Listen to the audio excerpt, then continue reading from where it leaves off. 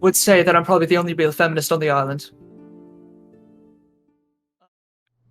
Hello, everybody, and welcome back to episode 5 of Umbral Island, where we last left off. Our party had made connections with a tavern owner, Stein, and perused around his basement, found themselves a little bit of sanctuary. While also there, Aaron Knight has made connections with some of the local nobility, and the party has learned of a card game happening tonight, which they have been preparing and planning for some sort of stakeout event, ambush, whatever the party may deem worthy. And let's see. The last thing that happened was our very own Adam Magus going shopping to get the party some clothes to blend in a little bit better, along with bringing back a heavy piece of hardware. Yes. So, if we would like to pick up where we left off, it would be around, we'll say, a little bit later in the day, almost to what we would call sundown. And the party would be in Stein's Tavern. If everybody would like to go through and say what their new disguise outfits might look like. Whoever wants to go first. Well, I don't think personally I changed. I didn't buy anything or get anything. I'm still just the same because I'm very, very attached to this room. Alright. So I'm still just me. Mr. Magus, what does your new outfit look like? I think I'm gonna go with the classic Indiana Jones outfit. You got the nice kind of like fedora-esque cowboy hat. You got the nice, white shirt with the leather jacket over top, the boots and the pants. Mm-hmm. Like a real cowboy explorer. That's me. Cowboy Spore. Alright. Etienne. I'm now I have a darker cloak, kind of just on top of everything I was wearing.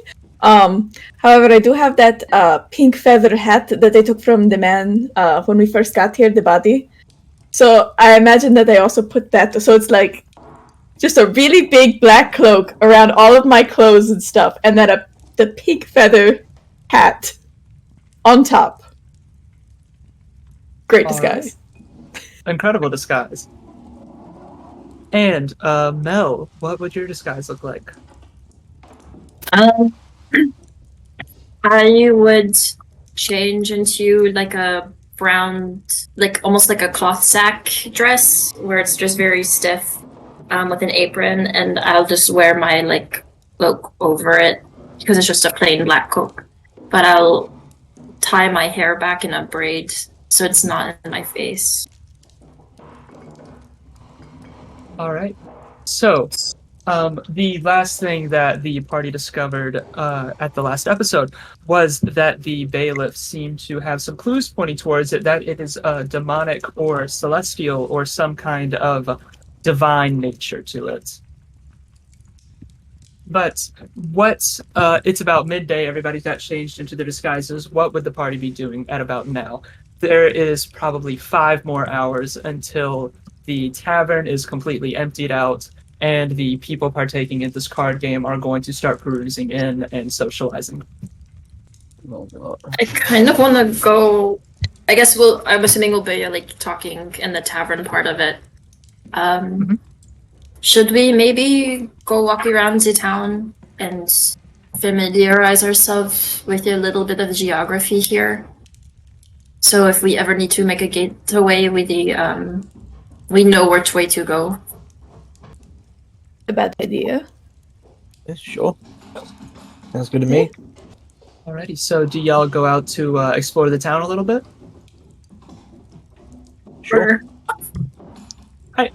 So the town is built in a circular sort of design to it, so that everywhere is always a sort of equal distance from the central tower in the middle of it, where the largest church of the Rebus on the entire island is, and this is also where the leaders of the town sleep: the high priest, the Malakai himself, and they are all in that large tower. And that tower itself is also surrounded by churches and nice houses, larger apartment complexes, banks, jewelry stores, art stores. As you get closer to the center of the town, the wealth starts to increase. So right now, y'all are around the lower to middle edge of the town, where everything has busted out windows, dirt floors, and Stein's Tavern is probably the nicest thing in that area. But around your immediate vicinity of the tavern, there's a few buildings of note. There is the market area in which Adam went and got himself the clothing and also some firepower. And there's also a set of stables near the tavern, along with some abandoned housing that is too decrepit to live in. If you wish to go further in, you'd find nicer housing, nicer stores. Are you looking for anything specific?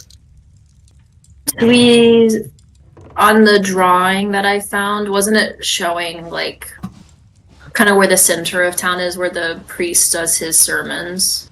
Mm-hmm. Yes, it was a sort of mapped out area of that. Is that something you'd like to look at? Yeah, I guess get closer to where the temple and the tower is to kind of just scope out the main area of the city. Mm-hmm. Sure. On the walk there, you are going through streets lit by that are lit by oil lanterns that are barely illuminating the highways.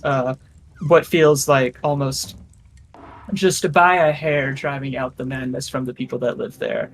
You can still see fairly well, but it is in a very dim light, and everything is bathed in a brownish orange color from the lanterns and their stained glass. As you get deeper into the town, the dirt roads turn into cobblestone, and the clay houses turn into wood.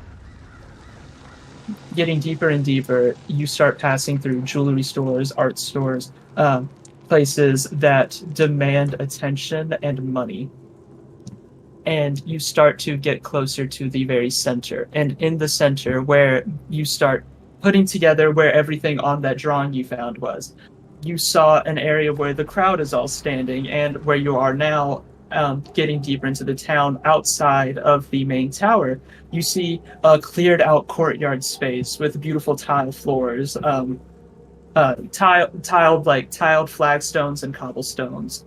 This area is completely emptied out, and it looks like it could fit around 1,000 people standing in it. There are already a few people gathering around now because there is a sermon in a few hours just before the card game. There's also the stage from the drawing. You see where the high priest would be, where Malakai would be, where the resistance members would be, and you are able to map all of this out in your head looking from the drawing. Is there anything else that you'd like to do in the center of town besides verify things with the drawing that you found? I more just wanted us to get out of the tavern for a little while. The card game is going to go on in that tavern, correct? It is going on in Stein's Tavern. The nobleman that the reason for that being is that the inner city taverns have too much traffic and too many people who care about high society. But as you go into the outer city taverns, you start getting more privacy there. Do you, if the this is talking to the people, not DM. Hi. If the card game is going to be in the tavern that we're staying in, should we maybe think of a secondary location to meet up if things go wrong? Because if things go wrong, I think they're going to see us sneak to the basement. Probably. Perhaps not in the center of the city, but somewhere in the city. Maybe even just this house next door to Stein's, but I just thought of that. There were those abandoned houses not too far from the tavern that we could try to stake out in. I also was under the assumption that we would wait downstairs and try to eavesdrop as much as we could and then ambush them. Because I doubt they'll let random people just sit in on their card game.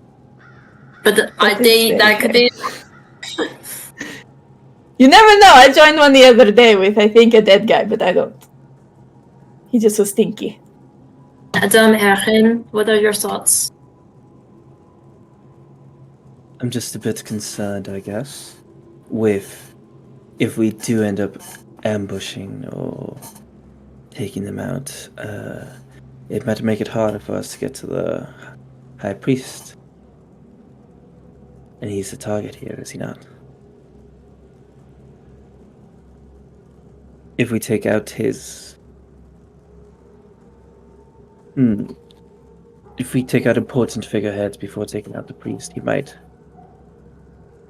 haul himself The High away. Priest is the one who comes to the tavern. Oh, And is then, it?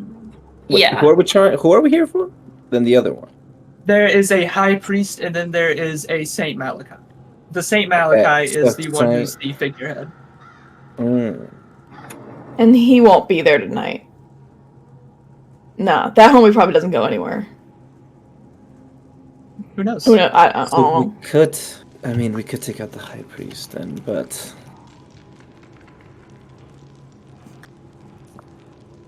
And also, there's the thing about the, and I'll like look around and like drop my voice, the children. And I want you to look inside the tower, but I don't know how we could get inside. Or get the distraction enough that we could get inside safely to check it out. I will say if somebody is going into that tower, unless we are going in to stop it right now, I can't go in there. I can't. I can stay out here. I can make the distraction. I can do a little song and dance. I'm not very talented, but I can try my best. But unless we are raiding that tower, I don't think I can restrain myself, if that makes sense. But I can always be the eyes on the outside. We could also... I do remember us hearing about this town, or this area, is the one where the civilians are more... rebellious. If we do take out the High Priest, it might spark a flame for them to do something. And if the more chaos that comes from us doing that, we might be able to draw Malakai out. I mean, if we take out important figureheads, then isn't that more of a reason to rebel? And if there's enough chaos, then maybe we can sneak into the tower after. But if he fears that he might get caught, I'm afraid what he might do with the children to hide what he has done. There is no hiding either way. He's going to... I think the people know. Listen in on them tonight, and then make a plan based on that. Perhaps they will tell us something we don't already know that could help us finalize which route we'd like to take. Like, we can think of like a few, keep them in the brain space, and then based off the information we learned from them, perhaps one of them will slip up and say something that we can use against them all sneaky like. All right. I'm all for that plan. Adam, are you okay? You've been very quiet. Sure. I was just thinking as well. I don't think it'd be a good idea to take out the High Priest at this point. I mean, they know where we're staying. They know our faces by now. I think it'd be a good idea to take tonight to gain some information, possibly, rather than to immediately start causing havoc in the town. I mean, we did just get here. So That is very true. So we listen. So, That's the plan. right. and Well, I guess we already know that Malachi sometimes attends the sermons given by the high priest.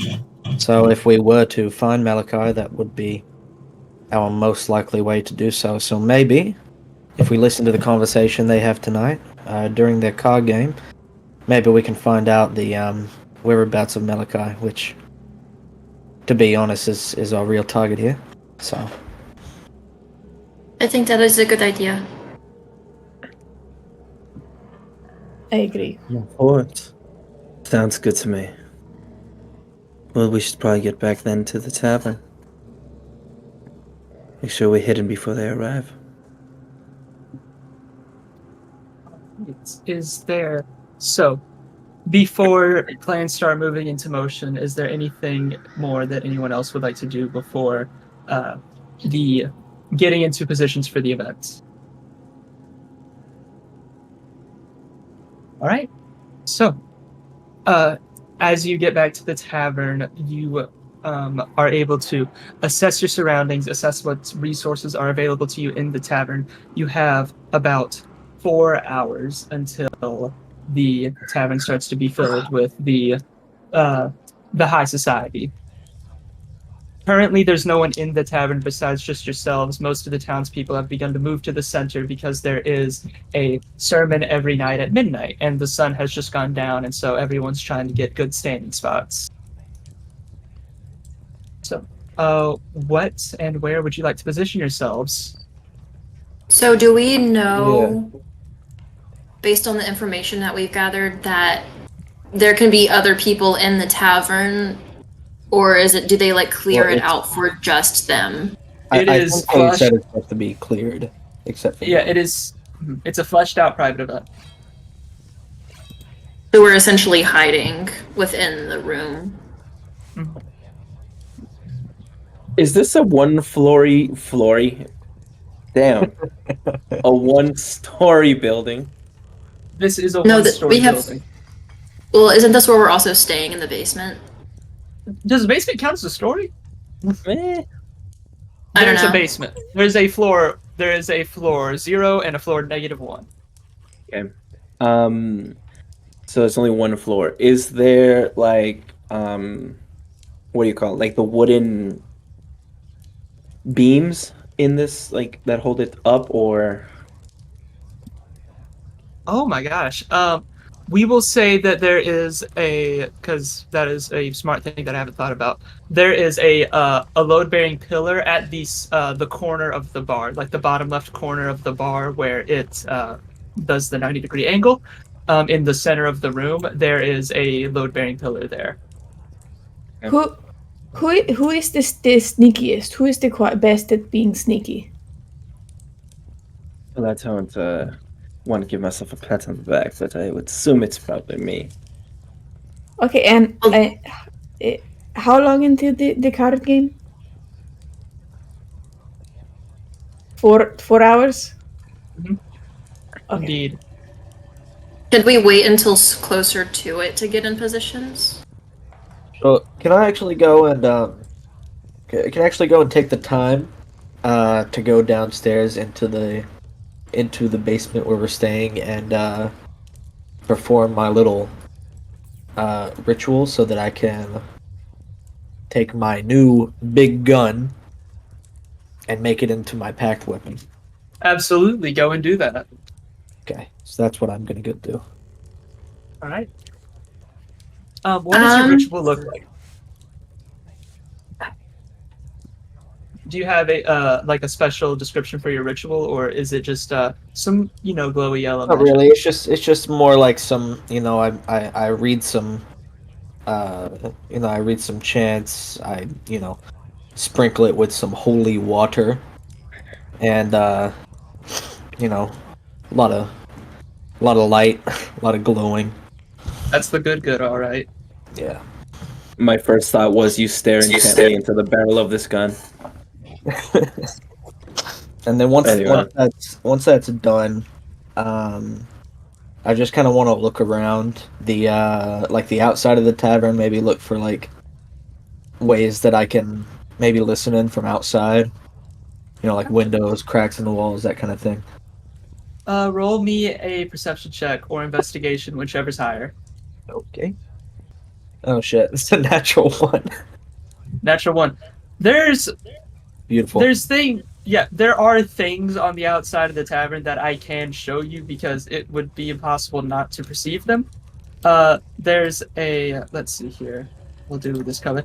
There are windows on either side of it, on like that side there and that spot right there. There are windows, but other than that, you don't find any crawl spaces or holes in the wall. Right. The windows okay. in this place actually are still intact, which is monumental to say the least in this part of town. Okay. So I guess, Mel, you had something to say? Yeah. I'll just set them outside that window on the left. Gotcha. I was going to ask the bartender. I guess I'll go up to him. Is there any chance that they wouldn't be suspicious about you having an apprentice this evening? That is an idea for sure. I have never had such things, but such things are also not unheard of. If I did have an apprentice, they would probably not be too keen on them being in the room with them. They would probably prefer that I send them out. But if you would like to make an appearance, or somebody would like to make an appearance as one. I just figured the easiest way to hide would be in plain sight. We can see what we can do. If not, it was not hurt to try. The worst that would happen is you get sent away. I mean, I can spend the next few hours practicing, so I seem like I've actually been working here for a while. How much If that helps. experience? How much restaurant experience do you have? I've never worked a job in my life. Okay. I didn't leave my house much. He pulls out like a little piece of paper. He's like, "All right, what would important like teachers or anything say about you?" And he's like filling out a piece of paper. What like a what say? Like, what would like a teacher or like a adult in your life say about you? That I'm cunning. That I'm too works well in smart. the kitchen. Too smart for my own good. What kind of education do you have? I guess whatever would be close to whatever the highest would be at this time. At least for a girl. Girls can go to college. Yeah. Alright. I have studied at university. All right, and finally, what would you say your greatest strengths and weaknesses are? I didn't know this was a personality test. It's a job interview. I can't just hire some. I love you, but like, come on, I can't just hire some random girl. Love is a very strong word for somebody who just walked in your tavern yesterday. That is true. I got carried away with the bit. My apologies. Greatest strength, the customer is always right, in my eyes. Greatest weakness, if they're an asshole, I will want to stab them. You're a perfect fit. Yes, you're hired. And if you want, he can start showing you the ropes for kitchen and bar skills that you will need tonight. Okay. All right. While that's happening, Aaron and Adrienne, is there anything y'all would like to do? Sì. Aaron.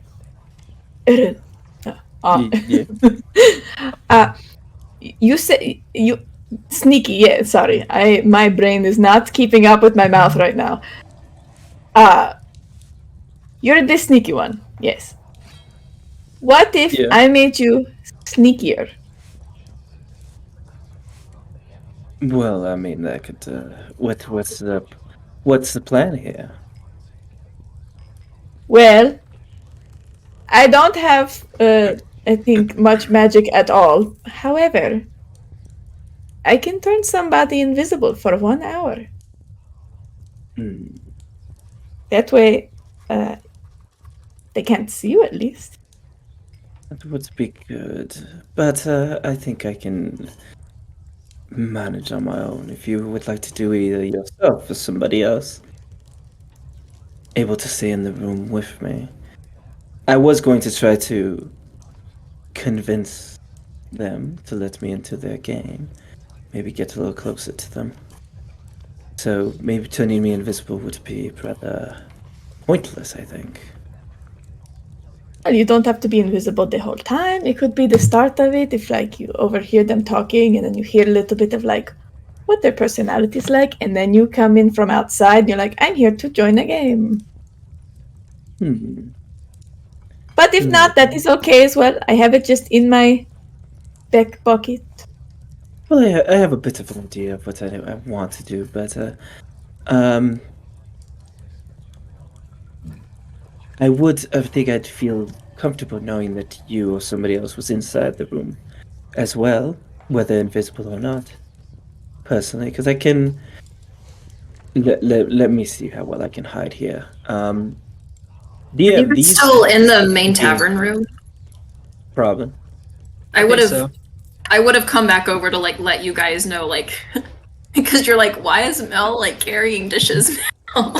I would let you know that I'm gonna try my best to be like out and like serving as much as possible to at least like eavesdrop or be close by if something goes wrong. Oh, you working? Oh well, hell has indeed frozen over at this point.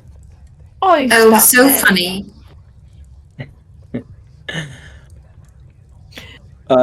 DM, real quick. These beams, is it just the one beam, or is it like how it has the one beam and then it like extends and has like multiple pillars, kind of a thing?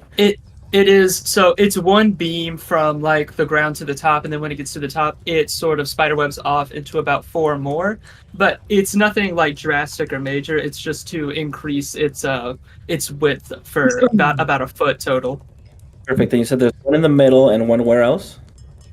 The only support bearing beam or load bearing beam would be the one that is attached to the corner of the bar, which I will try to mark. I'll like draw a little square on that. So can I make my way over to that beam, and I'm gonna try my best to hide myself in between where it spikes up. Like on the ceiling? Yes. Sure. Yeah, I drew like a rough estimate of where the beam is, like on the map, like on a little square, a little square. So getting up there to the ceiling would be an acrobatics check and then a stealth check with advantage once you get up there to make yourself unseen. Easy. Acrobatics, Right. that's gonna be a 15. I rolled really low. A 15. +12. A 15 can climb you up a solid surface. Okay. You can like wrap your arms around it. And stealth, with advantage. You said, right? Yeah. Cool. Ooh, that's perfect. Sorry. That's gonna be 27. 27. All right. Nobody will look up there unless they are. Well, nobody would look up there anyway. But even if they did, you've got yourself pretty hidden. You feel very much out of sight. Can I, if I were to cast a spell, would I lose my stealth? It depends on if the stealth requires a vocal mechanic to it. Because if it does, then they will look up and see you. But if it is just moving hands or a visual thing, then you might be able to hide it better. As long as the visual thing is like. Like if I were to do a message cantrip, just real quick, just like try to communicate to someone, that would someone might hear me. I'm assuming. You would have to roll another stealth check to whisper it. Gotcha. So the spell would work. It's not the spell won't work. The spell yeah, will work, yeah, but no. Yeah. I know what you mean. Perfect. Yeah. I will stay up here until the game begins. All right. So we have the waitress and the hiding one. Adrienne, where would you like to position yourself? I mean, realistically, how many people do we need spying on them? Just because That I'm is a trying good to question. think. That is a good question. That's up to y'all.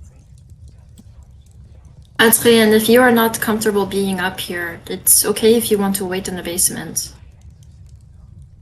I might like to wait in the basement. But again, if anybody wants to be sneaky invisible, that's in the back pocket. But it might be better if I'm down there. I'm not super sneaky. Do you have weapons with you in case something goes wrong? But yeah, and take my stick and I'm like, remember this? Shoom. This is a size. Please don't bonk me on the head with it. I I don't need to won't. spend another week out. Don't worry, I'll Do put you- olive oil on you again. You will not drown. It will all be good. Do not put any more olive oil on me. I'm still washing it out of my hair. Oh, but that's good luck. You have a dagger with you. If not, I can give you one of mine. Do I? Any self-respecting adventurer would. I probably. But am I self-respecting? That's the question. I don't believe I have one. If you have an extra one, I will take it. But I do also have a big javelin for some reason. Sometimes it's better to get up close, or if you lose your bigger weapons, it's always a good backup. And I'll give her one of my. I'll give her one that's got like a red ruby kind of in the handle, but it's still like fairly small, so it's small enough that it could like be hidden easily in a boot or like in a pocket. It's very much like mini gun that you can hide on your thigh-esque. Grazie. I put that in my little boot. So you're gonna stay in the basement, Adrienne? See, yes, I will be down below. All right. And the last one. So, and Adam, you are going to be hiding outside the window. I've placed you by the window just because. The map doesn't go that far. Is that okay? Yeah, that's fine. Just as long as we know I'm outside. All right. Are there any last minute questions or changes that anyone wants to make? Also, does this window open? The window breaks, but it is doesn't- pane glass. It's one of those pane glass windows with like the wooden sticks in the middle that make a cross. Right. So it doesn't like swing open or anything. No, the tavern door does. It's one of those, like, one of them. But the window, it breaks. You can see through it. You can hear through it all right too. But Okay. That's fine. Right about like close to the time that they would be getting there, I'm gonna cast Disguise Self. Not to do anything crazy, but more just to change my hair color to like a lighter brown from like the black that it is. And just slightly change my face. Almost like if you look at my face, you kind of can't really pick out any discerning features. It's just like a woman's face, like where it might like kind of constantly like shift a little. But especially because the white streak in my hair is very prominent when it's black, so I'll like just. all right.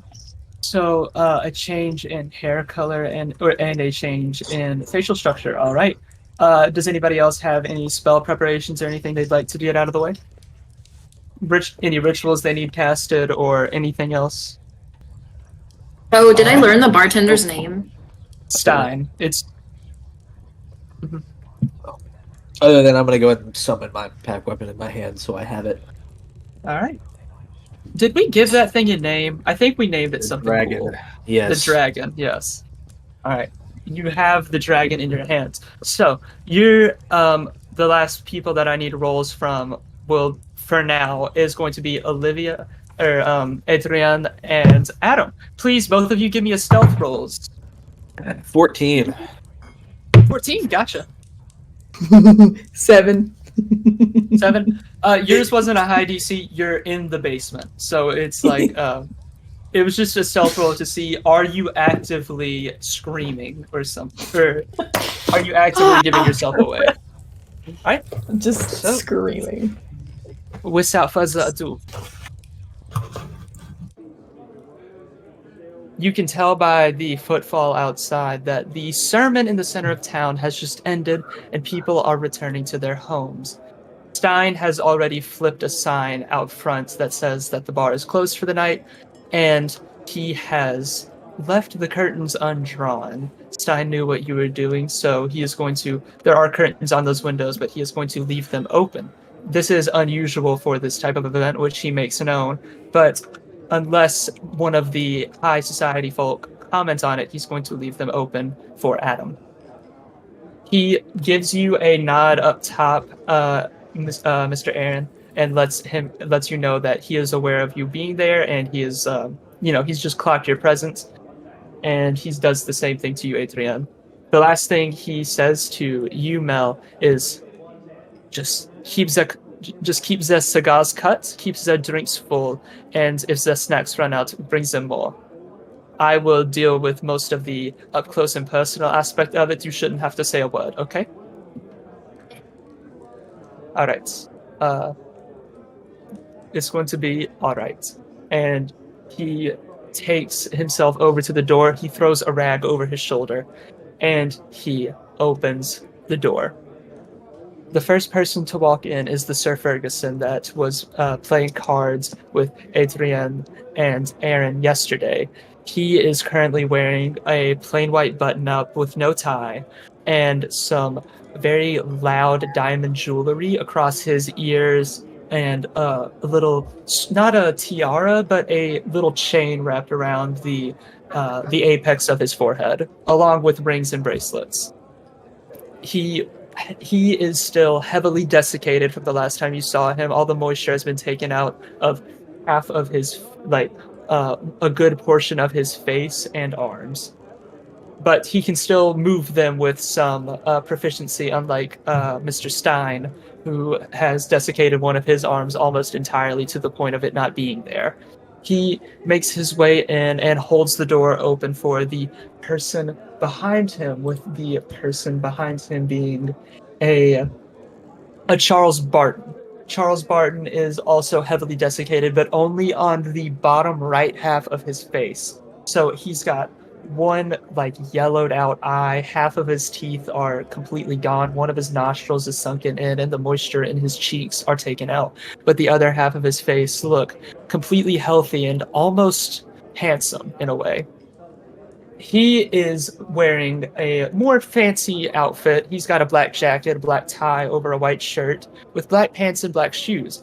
And he is decorating himself with gold bracelets, cufflinks, buttons, lining in his tie, and what looks to be gold strings through his hair. Somebody has melted gold and forged it into a hair-like substance, or a hair-like consistency that he has started to decorate his shorter hair with. And after him is a person wearing plain clothes. This one is not known to you. The other two were there the day before, but this one is not known to you. He wears. What's the second guy's name? Charles Barton. But this one he is wearing a plain shirt with a brown jacket overhead, and the only sort of jewelry that he has is a stud in his ear. But the most notable thing about him is his lack of noticeable features. This is a normal man. He's got blonde hair, beautiful brown eyes. His skin is moisturized and his face is full. He almost even looks like he has a little bit of weight to him, unlike the rest of the townspeople who are starving. And last but not least, the one right after him, a man who looks like one gust of wind would knock the life out of him.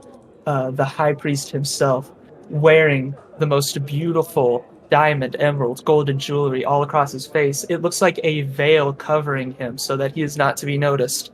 But the irony of that is that the veil is made out of some of the most expensive materials in the world. He's wearing a black cloak to cover up most of his features, but the second he steps into the bar, he takes his cloak off and throws it at Stein in a very disrespectful manner. And underneath it, you can see his priest robes. They are long white robes with golden inlay and diamond buttons on them. He looks like almost a skeleton at this point. The skin is falling off of him, and he takes intense amounts of pride in that. The healthiest among them, the third person, the one in just a jacket, he walks in and says, "Well, good evening to you, Stein. I see you've emptied the place out for us. Very good, sir. Now, lock the doors and get our cups filled, please." And he walks in, leading the other three in conversation. And then he looks over at you, Mel. He makes eye contact with you, and he has a puzzled look on his face. And he looks over at Stein, and Stein is currently taking all of their heavy coats and taking their boots and putting them in a safe spot. And he says, "Stein, old chum, I didn't know that you were in the process of hiring company." And Stein looks at him and says, the business has been rough recently, and this one does not get paid too much, so I needed the extra pair of hands. I hope you don't mind tonight. She's good help, trust me." And the man with the blonde hair, he walks past Stein and walks towards the bar and leans up next to it on the door side of the bar, so like the westernmost side of it. And he leans up next to it. He's like, "I don't suppose you have a name for me, do you?" Every name, ever, just, left my brain. He's drumming his fingers on the counter, and then with his other hand, he is holding it in a Lego claw shape. Can I, before she yeah. answers this question, Yeah. can I tell who the high priest is? Can you tell who the high priest is? Is that the one talking to Mel at this moment, or is that...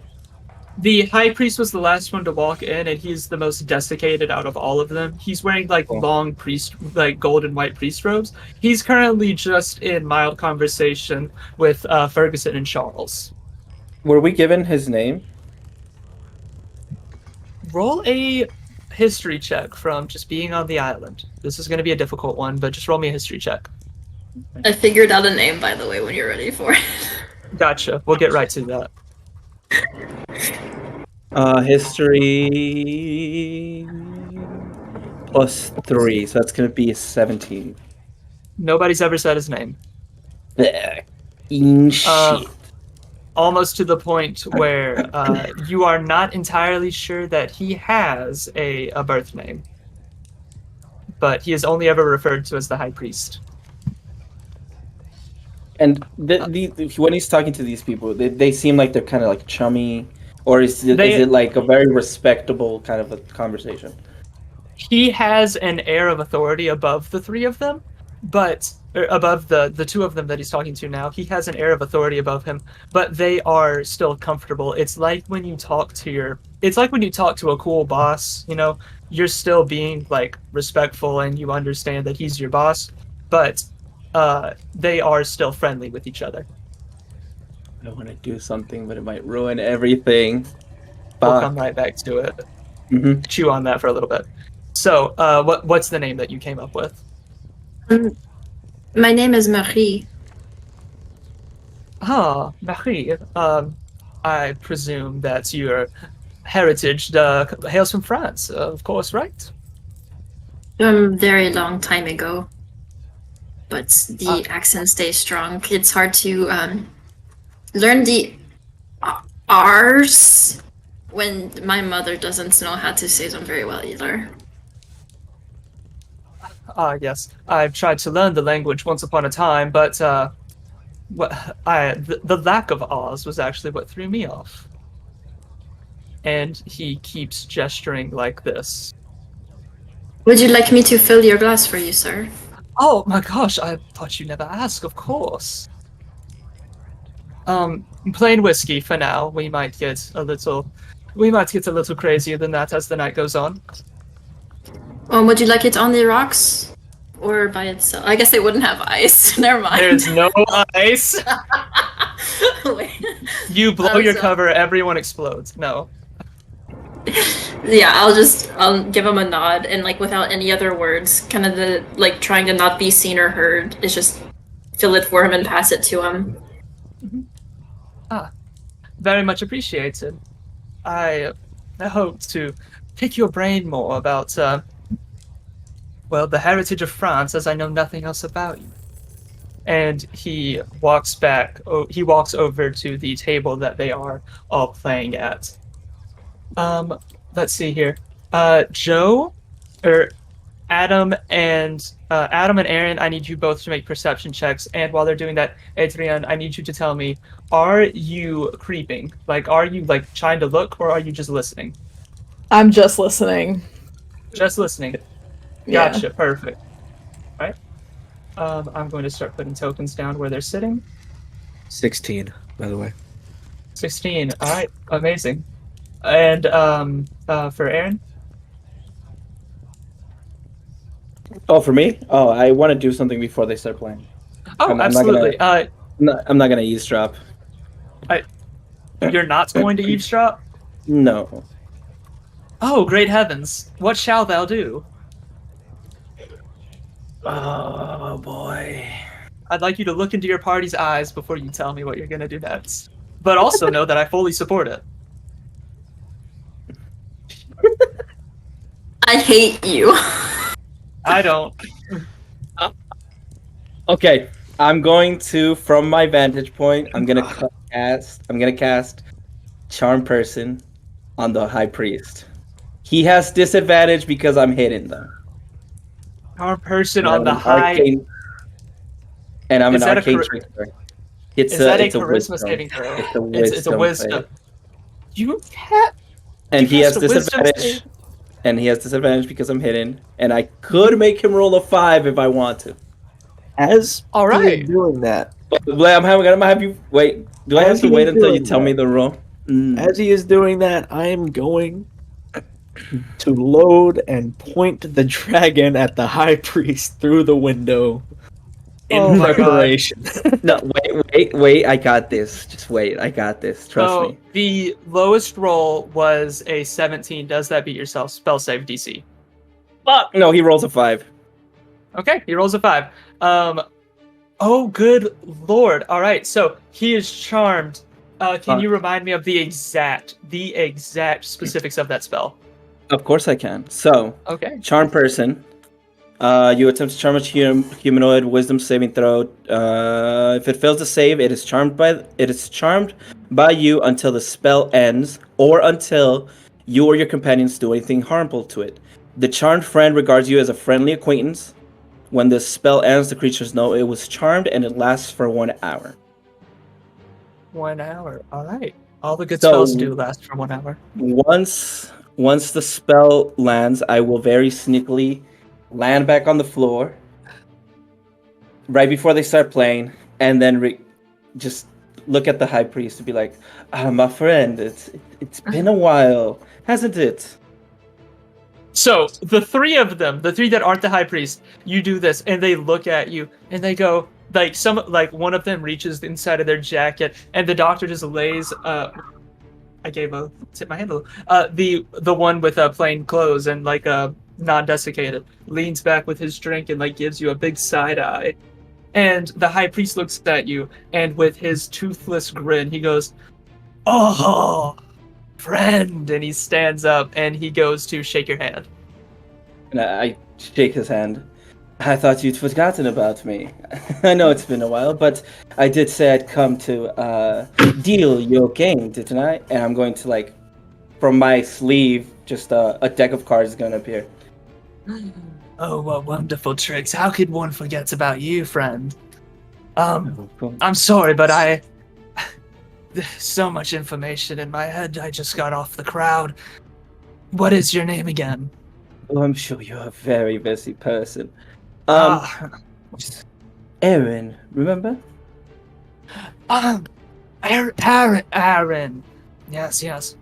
Please, take your seat at my table. Of course. Of course. Let's have a seat. So let's play a little game, gentlemen. And The I'm just gonna other- sit and start shuffling without regarding the other people. The three of them are daggers, steak knives into your body with their eyes. It is Mhm. full on, like, what in the actual hell is going on? Sir Ferguson, who you are not wearing a disguise, correct? Me? No. Okay. Sir Ferguson looks at you and says, "Well, you're the fella from earlier, aren't you?" Oh yes, we met yesterday. See that I was here because, like I said, my friend here, he asked me to deal this game, so that's why I hadn't been here. That's why I came in. I came in yesterday. Deception advantage. Hell yeah. While they're he's doing that- this, Oh, yeah? I was gonna say I get drinks poured for the rest of them, and like bring it to the table as a like I'll set it down just quietly and like leave. But I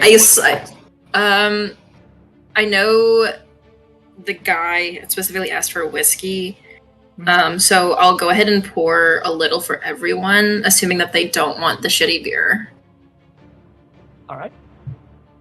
What were you going to say after that? 21. 21. All right. By the way, Joe, with your perception check, you are able to look in and see things. You can't hear things quite well, but you can see things without immediately getting spotted. That is your that's the result of your perception check from earlier. So, 21 at deception. Mhm. All right. He is reluctant. All of them are. The one in plain clothes is the most he's very entertained by this, and he's like, Sure, why not? Let's have the one we've never met shuffle our cards. The one who is only a friend to the richest among us. That makes perfect sense.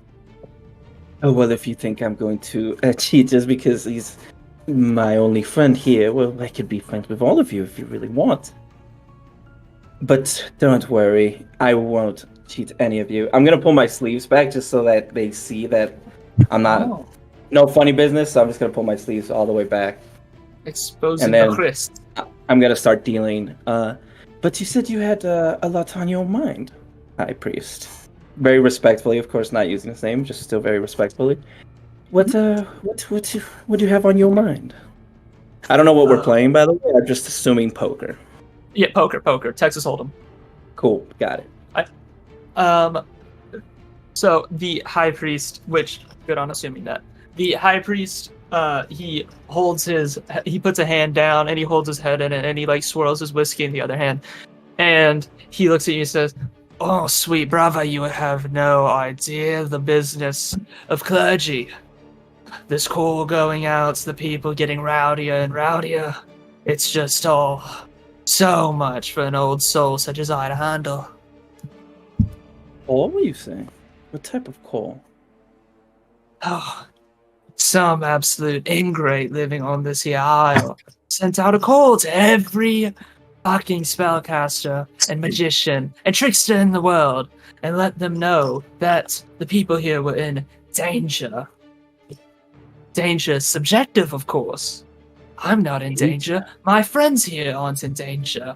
The only ones that are in danger are the ones that aren't willing to pull themselves up by the bootstraps and get some money in their pockets.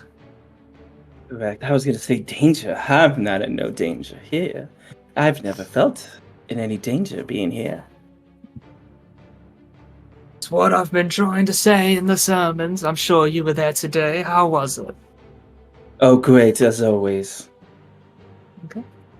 I'm not going to make you roll. You're good. He's... Thank you. Lots of time, writing, energy, whiskey go into them. Oh, go on. Yes. Go ahead. You go ahead. I was just gonna say, I know I've just arrived the other day, but you say the people here are getting rowdy. Towards you or towards what? Towards the What's things happening? that all people have always gotten rowdy over the people better than them. They always hate on the ones that have more money, more capital, more power than them. It's always happened. It's human nature, I suppose, so I try not to take it personally. Oh, correct, and you shouldn't. At some point, I'm gonna try and more blend into the background, blend into like the whole dealer role Mhm. of I'm just playing cards so they can talk to each other. Splendid, absolutely splendid. I will say, are you going to try to favor this game in somebody's in somebody's hand? Are you going to try to make somebody better than another one? Not Or the is this first random game. poker? Not the The first first game is just Alright. random. We'll say instead of breaking it into games, we'll break it into slots of about 10 minutes. So in the first 10 minutes, everyone roll initiative, not combat. Roll initiative with your charisma modifier, because this is a social encounter, and I want to see if we can break this down in a turn-based sort of thing. If you don't have anything you want to do, you can just say I skip my turn, and it's no issue at all. You don't have to do something if you don't want to. This isn't combat. So, It's a charisma modifier. yes, at your charisma modifier. Do I add it if I rolled a 1? Yeah, you still add it. It's not a skill check. You still add it, unless it's with Okay, bards. Then it's a skill check. It's a 5 then. All right. So the first one is a 5. That's from Adam Magus. All right. Who's got next one? I got a 6. 5 and Oh a my 6, god, all right. guys! I rolled a 7. Okay. We're just have Adri- social anxiety right now. Adrian, I know you're doing like you're hiding the most, but what did you get? I got a 10. Wow. We're all so talented. It's just social anxiety, real quick. Yeah. This is Social genuinely. We're all just Brad- super awkward. Yep. Oh, 100%. All right. All right. So we'll start with you, Adrian. Roll me a perception check from listening. You said you haven't rolled yours yet, correct? So I roll me a have perception check from listening. That is 22. 22 for oh my god. All right. So you hear everything that goes down there. Is there anything you want to do, or you just want to keep listening?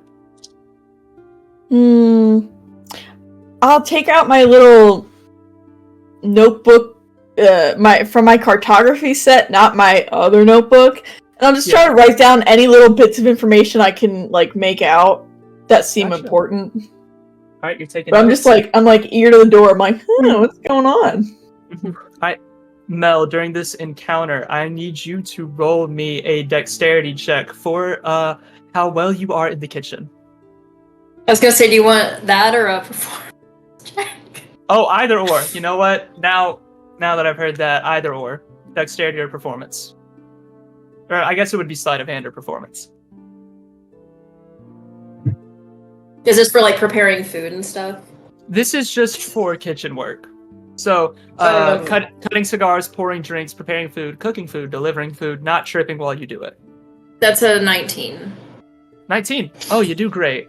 Throughout the first 10 minutes, the patrons, they throw cigars up. You rush up quickly. You snip the cigars. You light it for them. You give it back to them. You fill up their drinks. You get more drinks when they ask, and you are providing the proper food. And while you learned in training that these men eat a lot better food than the typical people. So you are in the kitchen preparing charcuterie boards. There is dried and flavored meat. There are little jellies and jams that have little slices of bread next to them. There are even little bits of fruit on these little boards, and you are cutting it up. You're cutting it up. You're mortar and pestle, like mixing the jam. You are baking, like pulling bread out of the oven and slicing it. So it's a somewhat extensive. So you are doing good. Is there anything specific you'd like to do besides just your job and listen? Listen is a given. I was gonna ask about like food, but I guess when I want to really see like pay attention to what each of them eats from the board. Like I'm kind of curious if like the high priest eats. Also, check your. I sent you a message. I don't know if you saw it, but I'm bad at checking my phone. Yes, you're good. But I'll just try to keep the low profile. But every now and then, from behind the others' heads, I'm shooting Aaron like a dirty look. Roll me a perception check to pay attention to what they all eat and what they prefer in drinking and stuff. Just sort of taking mental notes on their appetite and their palate. Damn, I need to stop rolling 4s. That's gonna be a total of 8. Yeah, you're unable to discern like which ones prefer which things, but he is eating food. You do see him take bites of food and eat it. He does it without teeth though, it's weird. Alright. Next up is Aaron. So, Aaron, you're at the table. You are just dealing playing cards, correct? For the first 10 minutes? Alright. Correct. So, at the table, it is just sort of a normal royalty talk. You hear the one that has half of his face desiccated, in a sort of like Two-Face kind of fashion. You hear him say things like, "Oh man, it's been absolutely atrocious back at the manor. Grandfather's trying to sell our antiquities to fill up his light habit, and he doesn't understand that sometimes a little madness can bring color into one's unfortunate life." And the others, like, they chuckle at that, and they are mostly just talking about personal gossip, drama, and their own lives. It is nothing of note yet, but they are only a few drinks in. I'm also doing my best to piss Mel off by asking for things that I don't need. Like Just for you're fun. you're like, can I get like wine or whatever? Yep. All right. Absolute. No, Mel is gonna be like, absolutely. Like with just the slightest bit of attitude. Like very obviously like trying to hold herself back from like I'll pay for it. knowing later, that but knowing that you're enjoying this a little too much. it's worth it. Mhm. So, in the first few games, it does seem to be the man with the blonde hair, who you have heard called Schmidt at the table. They have started calling him Schmidt in common talk. And he is sort of the one that is the games have been favoring. He's won about 3 games. The rest of them have won maybe 1 or 2. And his chips are stacking high. And the entire time, while this is happening, Stein is on another table to the northeast of them, and he is keeping track of winnings and who has what and how much money they have exactly in their chips. And so they keep on with their fancy gossip and their common talk. Adam, is there anything specific that you'd like to do? No, I'm just waiting in case something goes wrong and listening. Gotcha. All right. So, moving into like the next 20 minutes, you did say you were going to start cheating the hands, correct? Oh, 100%. All right. Who do you favor? I'll favor. In 10 minutes, we can get about how many rounds do you say? We'll say 7. 7. Okay. I'll give. I'll try to give 3 to the priest, 2 to the dude from yesterday. Okay. And then the other 2 at random. All right. Roll me a cards check, which would be dexterity and proficiency. Fuck my. Well, hold on, my dice fell out of my hand. Boop. Like to the Good. floor. So. Ooh, that's a good one. That's gonna be 17 plus 8 is 25. Holy hell, yeah. You are able to control these games almost perfectly, and if you want, you could even start giving out coded hands if that's something you want to do. It could be like funny stuff, like giving somebody a 6 and a 9, or giving them hands that have like deeper meanings to them. Not so yet. we'll say that that's like that roll will last you like the rest of the game. You are an expert in cards. You can keep that 25 for the rest of the encounter. Gotcha. Mm-hmm. At this point, they've begun to get more liquored up. Mel, are you pouring them straight liquor, or are you doing anything to it? Or are you just giving them the drinks that they ask for? Trying. Let me see what I have. Mhm.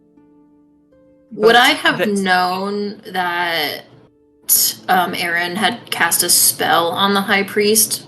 Or would I just think that maybe he really is just that charismatic and Aaron, what are the Gaslighting. components? What are the components to charm person? The charm person, it is verbal and somatic.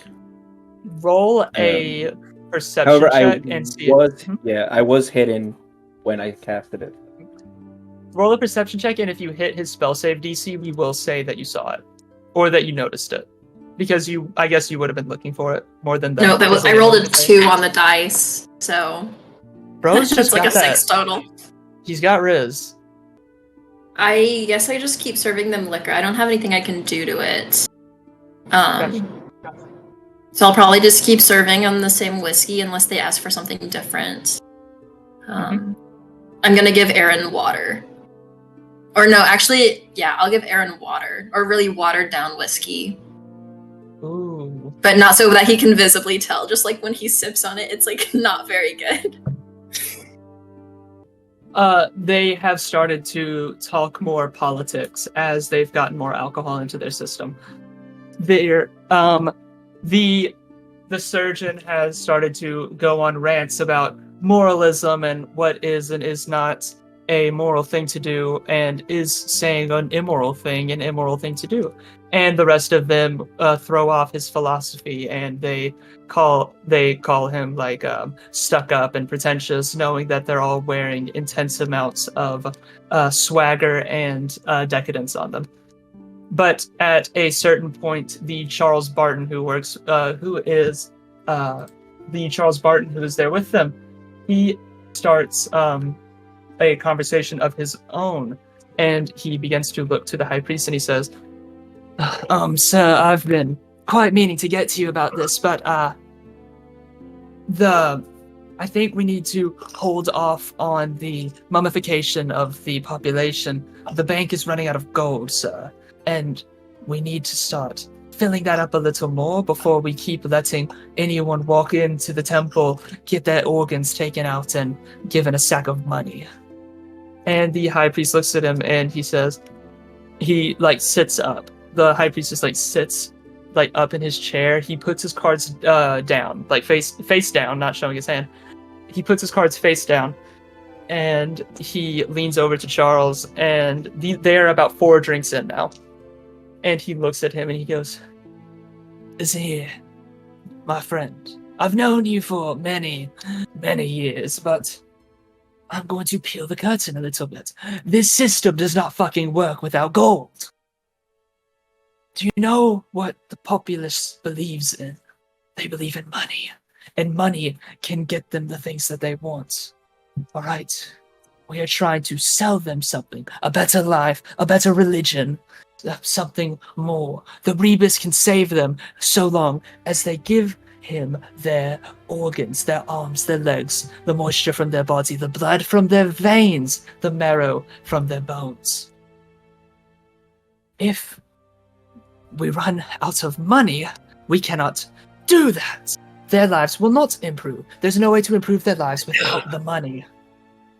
And at this point, he has worked himself into a standing position, and he says, "This thing falls apart without belief.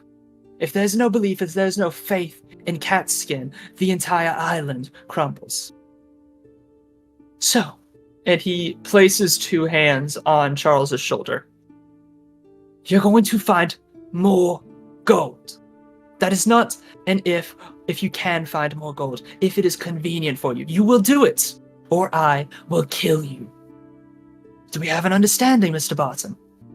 And the two-faced man, He is sitting there. He has got his arms like this. He has dropped his cards face up. There's a 3 facing up, and he is shaking his arms. And the desiccated skeletal hands pressing him into his seat. You can see them digging into his shoulder. You can see the nails in his back digging into his flesh, with blood coursing down his nice white shirt.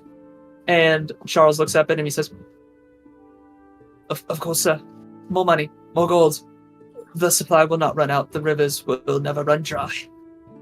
And the high priest sits back down, slumps in his chair, grabs his drink and his cigar, and he says, "Thank you, that's all I've been asking." And then he throws his winning hand down. Is there anything that anybody would like to do or say at this point in time? So far, it has just been the collection of for Mel, it has just been refilling drinks and cutting cigars and refilling food. It's been nothing crazy.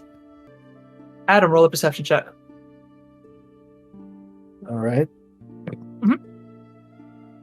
15. A group of cloaked people have started, not cloaked, heavily dressed, overdressed people have started colluding around the outside of the tavern. They just seem to have longer coats on, they wear dark, and they are just smoking in a circle. They don't seem to be loud, they are not causing problems, but these are potential witnesses, these are pedestrians, civilians, they could be anything, and they have worked their way a little closer. Other than them, the entire street corner is completely empty. But that is something that you notice. They don't notice you, though. You're good on that part. But there's a group of about 5 or 6 people smoking on the corner under an oil lamp. About how much time has elapsed with them being there? 27 minutes. At this point, the Schmitz man looks to you, Mel, and he says, "Marie, please come over here. I am severely liquored up and I require attention." Yes, monsieur, right away. I'll come over and I'll give Aaron like a uncomfortable look, like a oh shit. Yes. Pull up the next chair, bring yourself refreshments if you please. Keep me out of this game, old chap, I'm picking brains. And he straightens himself up and he sits up. And he says, icebreakers, how old are you? I'm 27. Whereabouts of the island do you come from? I moved to Hareside not long ago, but before that I lived in the red light district with my mother, but I moved once she died. Oh, great heavens, Hareside. I'm proud of you for working your way out of that miserable shithole, and I do give you my apologies that you ever had to endure that place at all. It was quite disgusting, I must say. Yes, it's quite gone to shit in recent years. Yeah, I remember there used to be this lovely spot down there. You could get the best seared fish in the island because they were the closest to the fishing ports. But now it's all, good heavens, it's all blood, guts, and piss. There's nothing worthwhile down there anymore besides the red light district, and even that has gotten harder and harder to work my way in and out of. Who was your mother? Perhaps gold has passed between the two of us.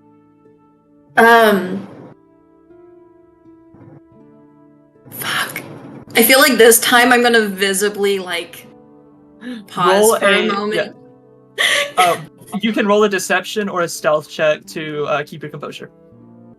That's a nat 20, baby. Oh, you'll love to see it. Right. And, plus, it would, you said persuasion or deception? Or Yes, you said deception? yes. With my Either deception, it makes it a 30. She's, yeah, you're doing great right now. Even if you don't think of a name in real life, you're doing great. Her name was Christine. Christine. Oh, unfortunately, I've never met a Christine. I'm sorry I never betted your mother, but that seems not to be a thing you need to apologize for. He takes a drag of his cigar and he says, "Do you smoke?" I do not. I don't like the way it feels in my chest. That's good. It is rather unhealthy for the affair of the sexes. But for those of us with the more masculine airs to us, fills the lungs with just pure power. And he like takes a giant puff of a cigar, and he like starts blowing smoke rings with it. This man is an addict. Like, he is a fiend. He says, if given the choice, I'd rather take a life without lights than a life without cigars and tobacco. I just can't live without them. Good for the teeth, I hear. And he like looks to you and he says, so, what brought you to Catskin? This place is rather dreadful still, but compared to Hare's Hide, I'm sure everything's an upgrade. Didn't want I was to trying to. What are the other areas called? There is Bat Screech with that's like where there's more castles there. It's more of a gothic structure. There is Toad Slime, which is a more urban and city-based structure. Like, it is very Londony.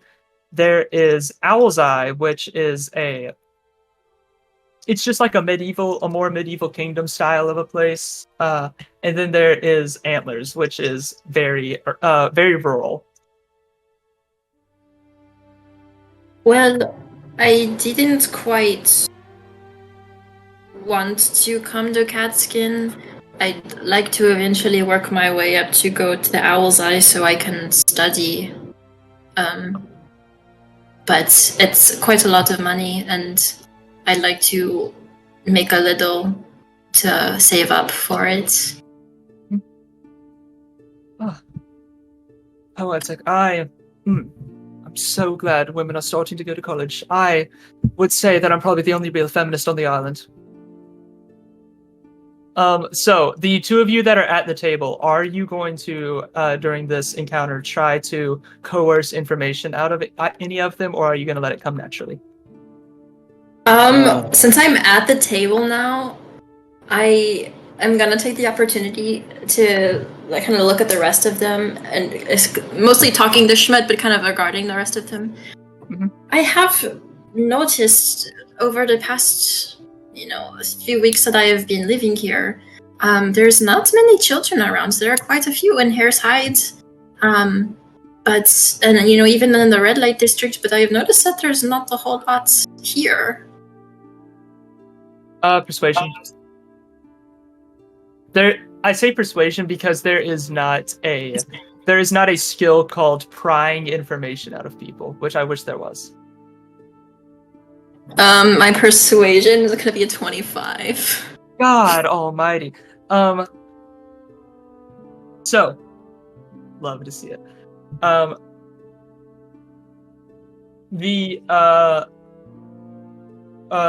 Mr. Sir Ferguson, he looks over at you and he says, Well, it has to be because you live in these poor-ass districts. You don't live where the money is. Of course, there's no children here and then the high priest sort of gives him a stern elbow, and the high priest says, the children die out here because of the cold, because of the lack of money for child necessities, and nothing else.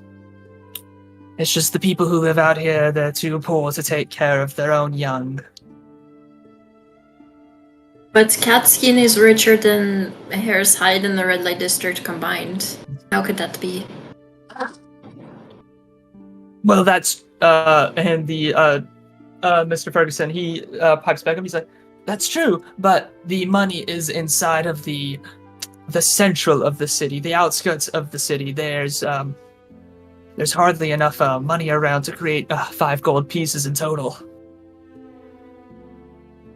Ooh, cool. Hey, insight check on the priest. Positively, absolutely. Roll that, John. Fuck. 12. So, there's something there. He did say words, and he did say them with a British accent. That's about all you got. But there also was a very obvious elbow. Okay. So anything may be done with that. Is there anything else that you say, Val? So what I'm hearing is if I were to have a kid, I probably should stay away from here. Or at least the outskirts of here. I don't know if I told you, High Priest, but recently got married, and we might be having a kid soon. I just want to know where it's the safest place to be for all that. You roll deception. Gotcha. Oh God, the High Priest is friends with you. Oh my lord. And he believes everything I say. Not everything. That's gonna be a dirty 20. He says, "Oh, congratulations, brother. Oh, I'm glad to hear that you found yourself quite the lucky lady. But yes, I would fill your pockets with gold and move in closer to the central city than have a child out in this dreadful space. You know how the saint is. You seem high society enough." Oh, well, I've only heard rumors, sadly. Don't know much about them personally. Can you tell me a little more? Can you distinguish between rumor and fact? Oh, I can only do such things if one provides me with rumors or facts. But I find rumors more fun. There's too much truth in a fact.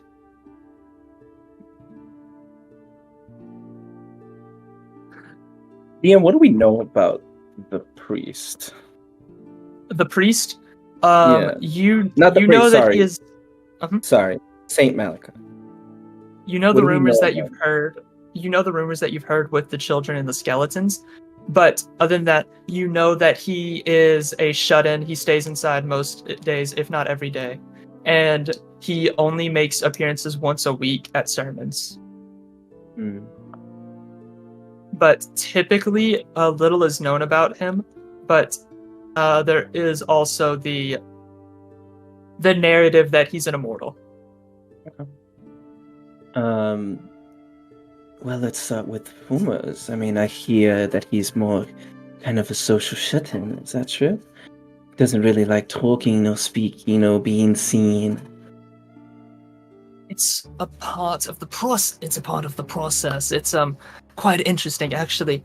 We have several people on staff that have trained in political sciences, and a way to deify someone is to make drip feed the people appearances of them. I am no deity. They know and understand me.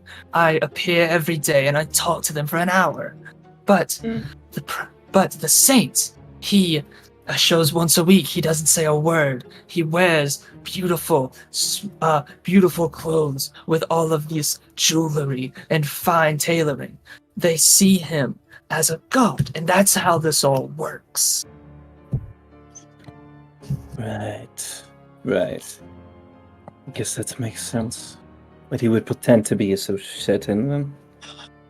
Well, he is a shut-in. He doesn't leave. But it's for the process.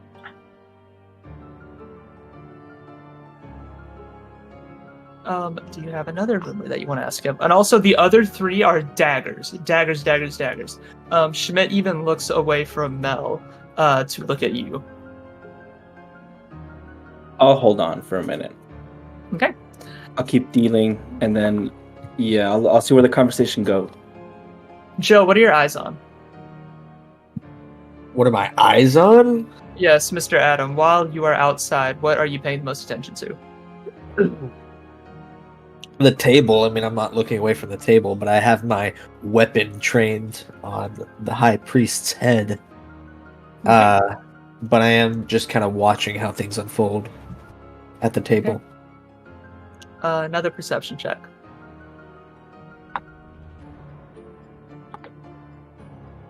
11. There's some commotion going on out in the front of the store. You hear murmurs and whispers, but it's nothing that you can see. They're behind the corner, and you don't have a good eye on them.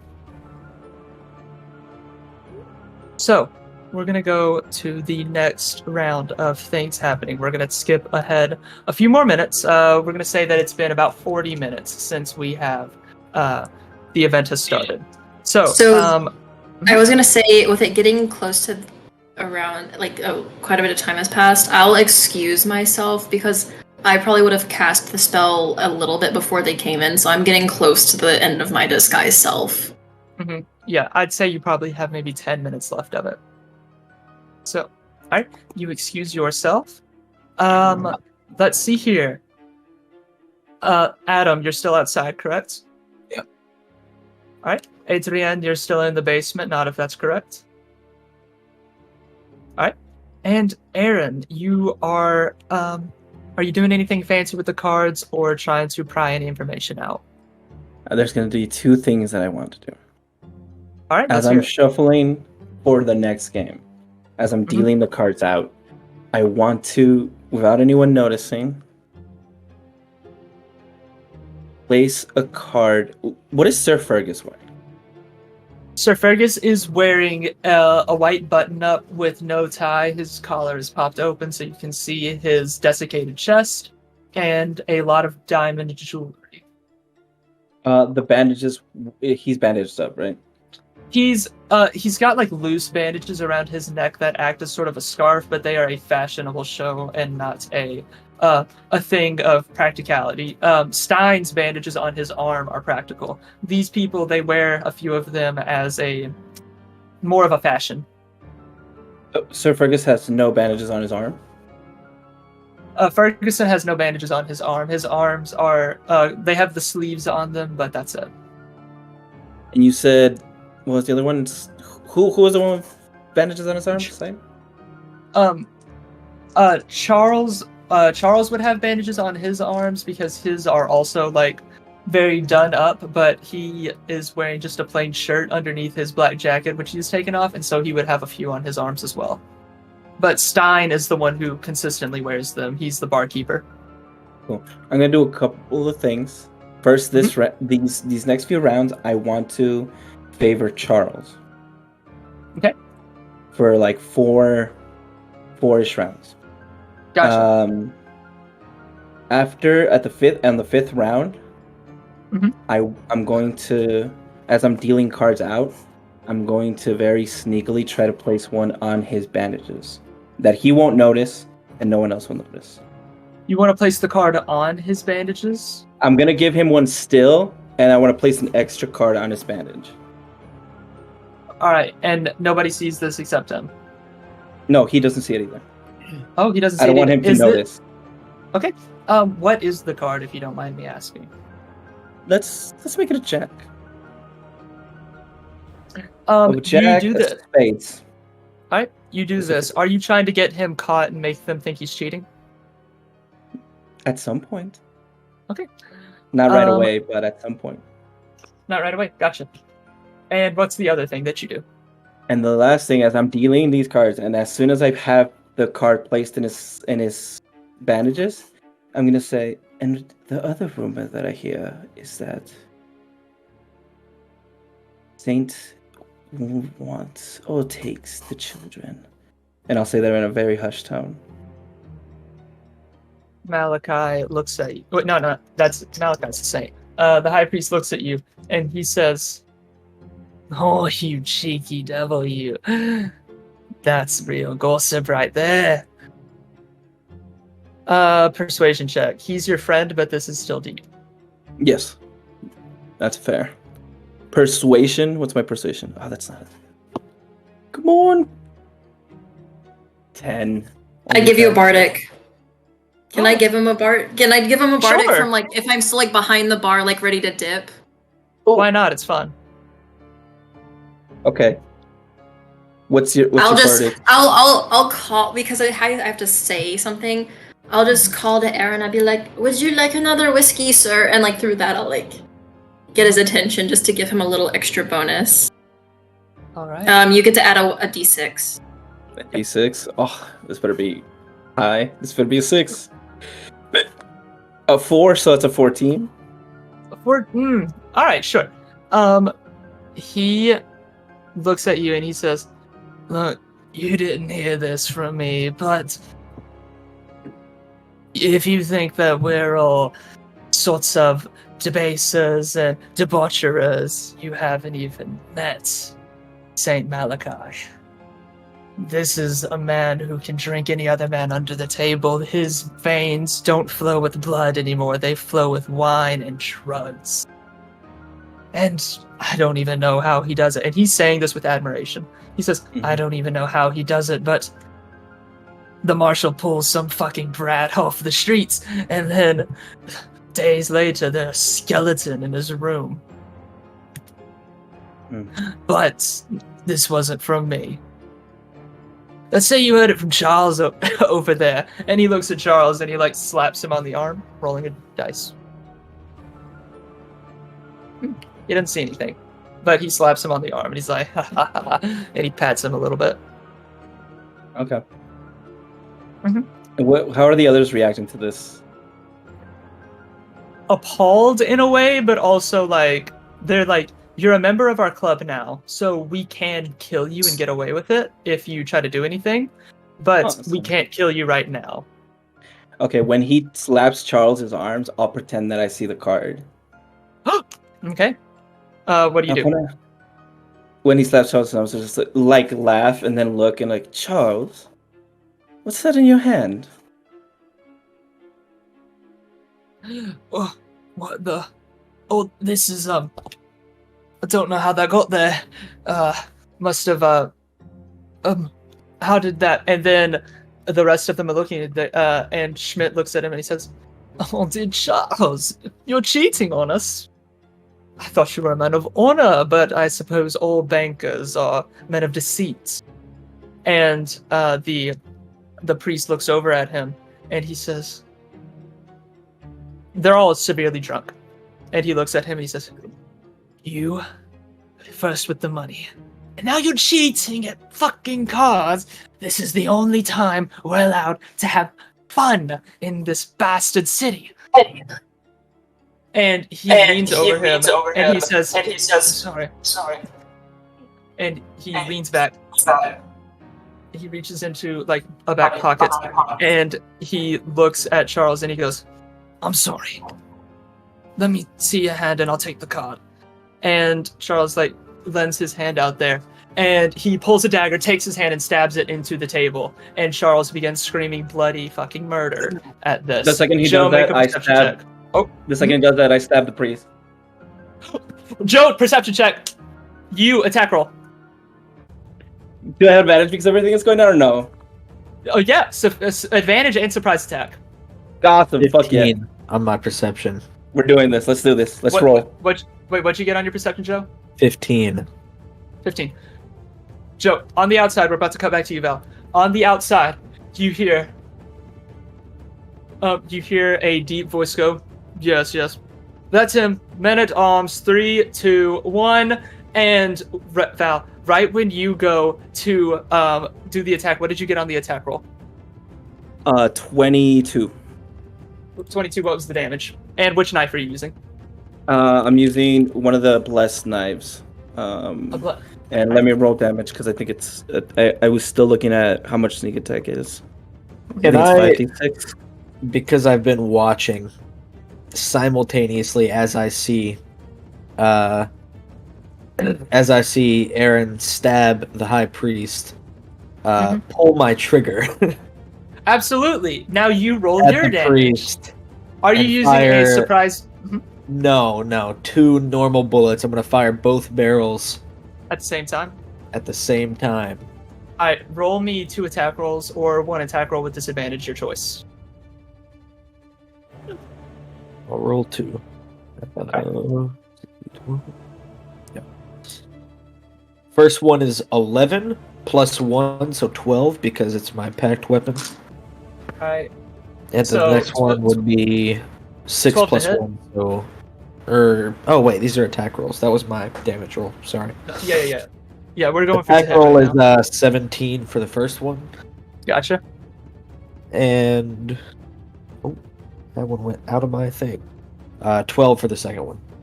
Gotcha. Alright. Now roll your damage, and while you do that, I Adam, just what was used your the damage? damage I already rolled. Oh, yeah, It was, do that. Add it that was up for me. 12 and 7. So 12 and 7. Okay, I got that. You're all good. Aaron, what was your damage? 24. 24. Good lord. Okay, quick math. All right. Okay.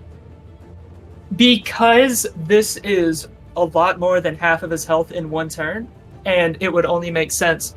How do each of you kill him at the same time? Oh yeah. Why go You into already know what I combat? did. I just fired 2 bullets through his skull. So Two bullets in the head. All right. Yeah, I aim so- directly for the chest, and like, I don't know how flimsy it is, but if it's too flimsy, I'm gonna like stab him and like just start spinning the blade and just as deep as I can go. If my hand goes through him, my hand went through him. It is a beautiful wallpaper scene where 2 bullets are fired into his head, and it makes 2 golf ball-sized holes where his eyes would be, painting Aaron in a black bile, and then a dagger going all the way through his back, painting Mr. Schmitz in another set of black bile. This is the deadest guy ever. At the exact same time, I have to make 4 rolls. 1, natural 20. That is a 16, 17, and a 15. Val, do all of those hit your armor class? They were all above 15. Yeah. My armor class is 15. So through the tavern doors, there is a dark figure that kicks the door open, and 4 rifles right behind it. All of them shoot in directly at you, Val. We will do that damage when we get back from break. Let's go. Jesus Christ. Let's go. Ladies and gentlemen, and everyone else, welcome back from the break. So, where we last broke, a hail of bullets ran through the tavern doors after a heavy boot kicked them open, and all of them just volleyed right in to Mr. Aaron Knight, dealing 7 points of damage to him and putting him at around half health. After that, we all rolled initiative, and we have a gang of unsavory-looking individuals coming in, which I will describe now. At the front lines are 4 soldiers, 4 of the marshal's deputies. All of them are holding long rifles. They're wearing dusters and cowboy hats, and all of them are desiccated to certain levels of decay. Right behind them are what look to be more hand-to-hand soldiers. They are wearing long red cloaks, they have chest armor on, and they're carrying swords. They also have long fangs coming out of their mouths, standing in the very back of the line. In front of them is the tallest of the cowboys, wearing an eye patch and carrying a long rifle and several pistols on him. This is Marshal Whalen, who you have heard of before. And last but not least, chuckling in the center of all of them, holding his bore-barreled pistol with a new Leviathan rifle on his back, you see the Bailiff waving his hand in a mocking manner at you as doors get kicked open and as Aaron is filled with a hail of bullets. If anybody wants to, they can make a wisdom saving throw to see what the odds of this fight look like. You said a wisdom save? Yep. I got a 12. That's 12, alright. I got an 8. 12 and an 8, alright. 14. 14, alright. 15. Mm-hmm. Look at us. Alright. Adam, the only one outside of the bar, you look at them, you look at their weapons, you look at their fortitude, and then you look at Aaron, who has been filled with 4 bullets after brutally murdering a man on a table. This is not... The odds aren't good. The odds aren't good, and y'all did discuss a place to run to, but everything is up to y'all. You defeated the Bailiff fairly easily the first time, so let's see where we go from here. So, first in the turn order is Adrian, peeking your little head above the trapdoor. What would you like to do? Oh, we said it's not looking good in our odds. Fighting is not the only option. That's the only thing I'm gonna say. Oh god, oh god, oh god. I'm being nicer. They would get a surprise round. Okay, well, I'm getting the feeling we shouldn't fight. Just a tad bit. Everything So is possible. Everything is possible. I'm going to... I was about to say this in a really bad way. I'm just gonna cast invisibility on myself. Alright.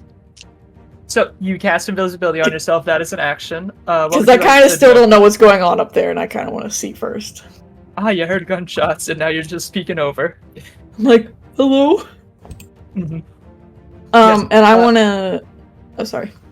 Mm-hmm. No, you peek your head out after turning invisible, and you see the scene of this, a wall of guns, and behind it, a group of people with swords ready to jump over and begin cutting up everyone inside.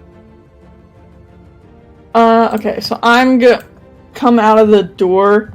I'm invisible, so I'm just gonna go 5, 10, 15, 20, 25, 30, 35, 40. I'm sticking myself in the center. Alright. Is there anything else you do after that?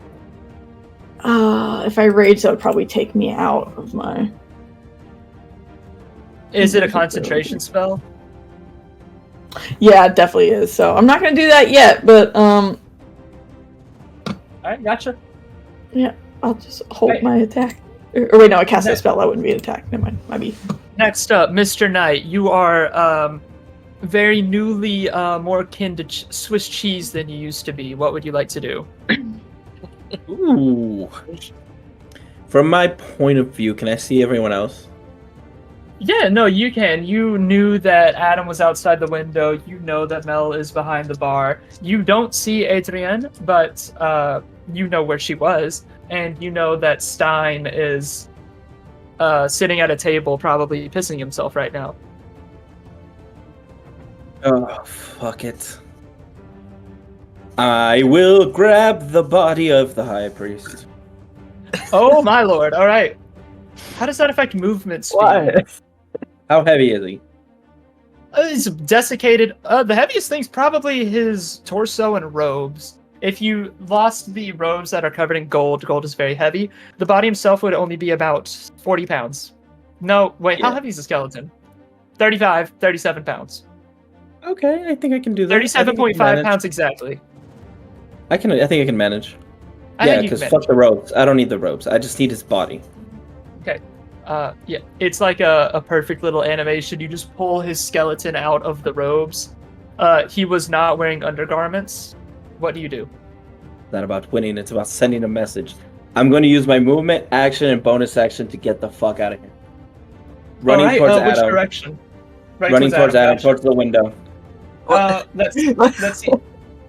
Oh, that sucks for you, Adam. Are Why you? for me? I'm last. So that does not engage an attack of opportunity if you move right. I presume you're not going to do that. Oh wait, is the other window closer to me? The other window's on. closer. Okay, then I'll take the other window out. And I'll Alright. look at Mel and I'll look at Adam and I'm just gonna and dash. So movement, action, and bonus action. If I didn't use my action to pick up his body. But if I did, I'd still 60 feet. You still have enough. Roll me an athletics check to jump through a window. Awesome. Athletics? Well, acrobatics just means I you rolled can a gracefully 19. dance around it. Oh, you're good. So 19 minus 1 is 18. Yeah, describe you bailing. Yeah, so I'm just gonna grab his body, throw it over my shoulder, and it's like because I'm riddled with holes. It's like I'm not necessarily afraid, but I'm looking. You can see that I'm like, this isn't like my mind is running at like 1,000 miles per minute basically at this point. I'm just kind of like, no, this isn't a good fight. This isn't a good fight. Not I'm ideal. just gonna jumping over like jumping over the seats and the tables, just roll out the window and keep running as fast as I can. With a mighty, graceful, and almost harmonic crash, you throw yourself through that window like a dog. It is beautiful, and you get yourself through the window. How do you just keep running after that? You'd have a few more feet of movement, or do you wait outside the window, or is that the end of your turn? If we had decided where we're going in case shit went bad, that's where I'm headed. All right. Yeah, it's a beautiful and graceful motion to everyone watching. The body is snatched out of its clothes. You run towards the window and jump right through it, right past Stein. Next up is Mel. It is your turn. I will remind you, you are in disguise.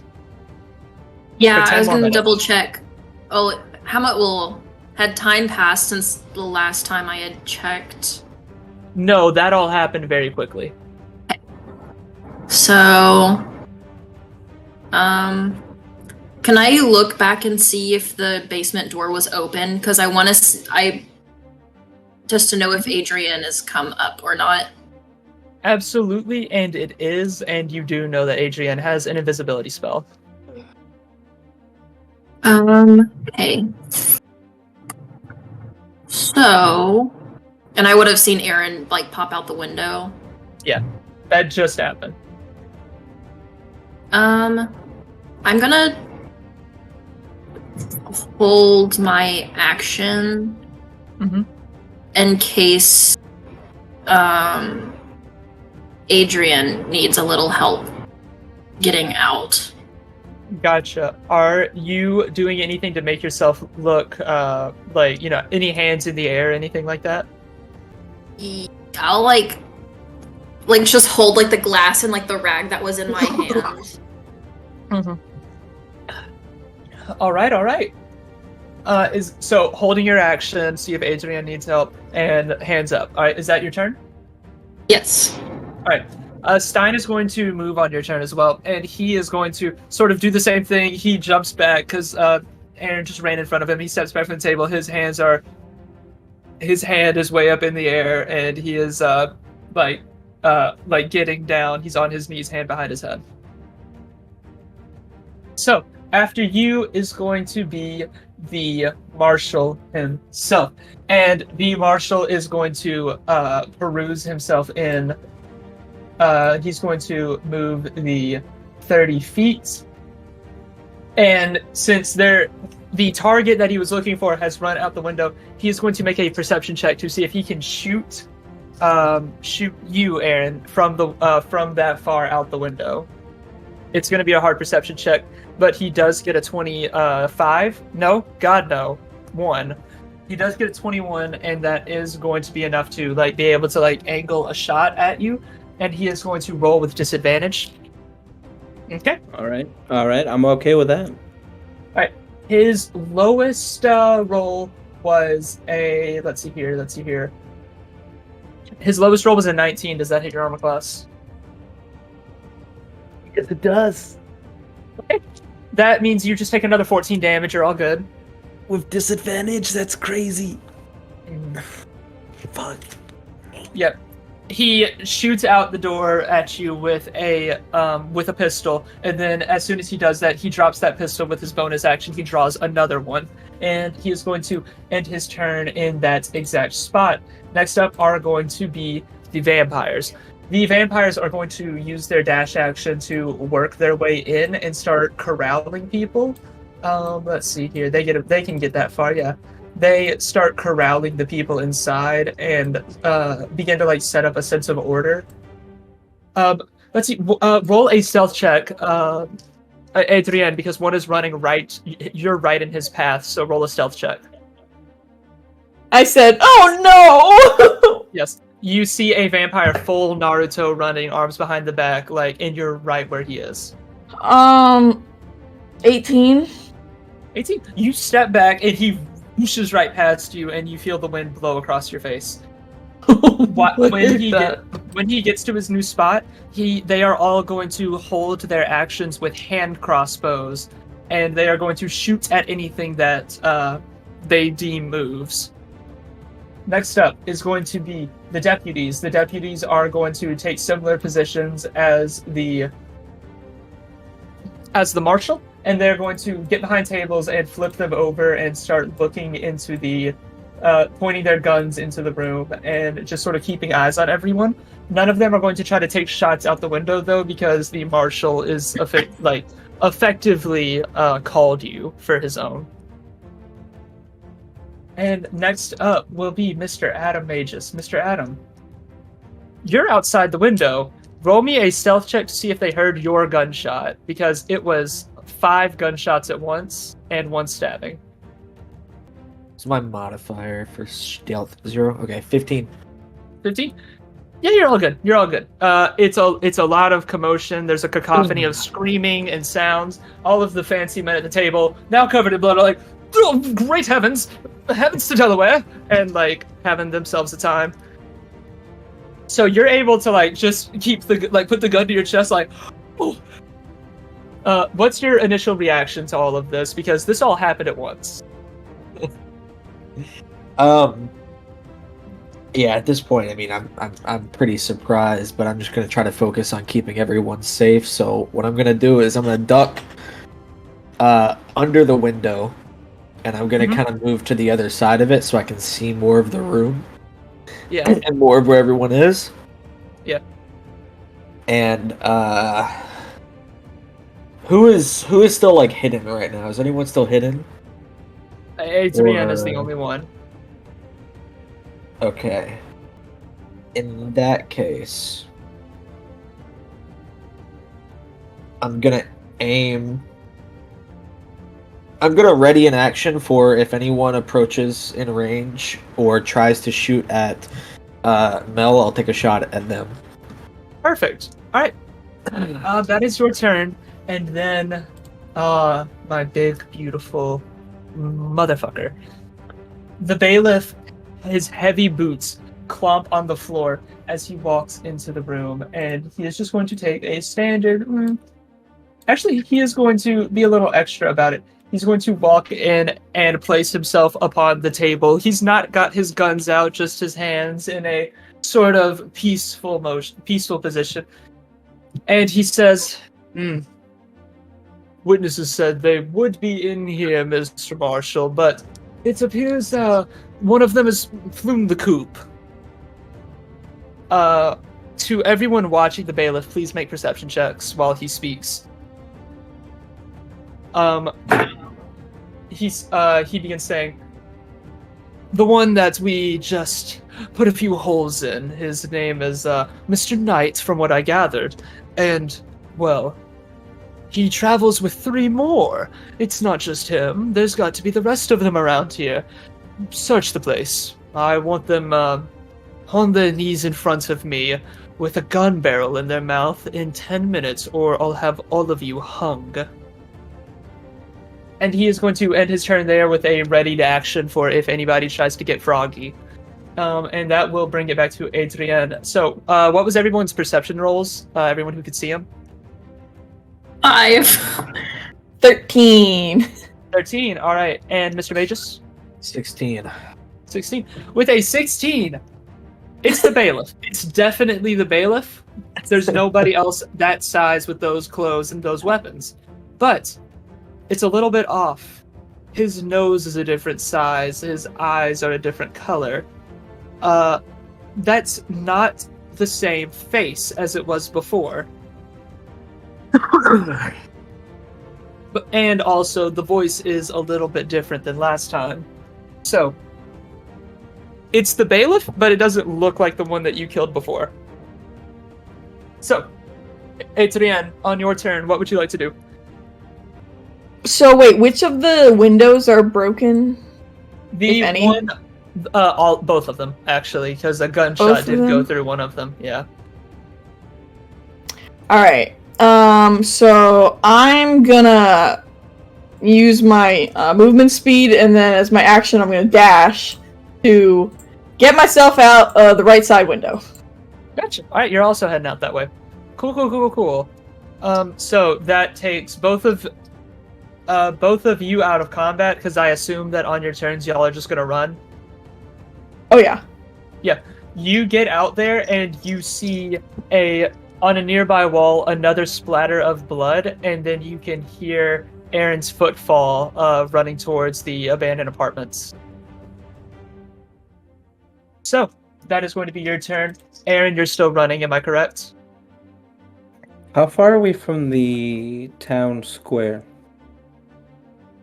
Town square, that's about a 30-minute run, because y'all are on the sort of outskirts. But if you're running, you might suffer a level of exhaustion, but you could get there in 15, maybe 10.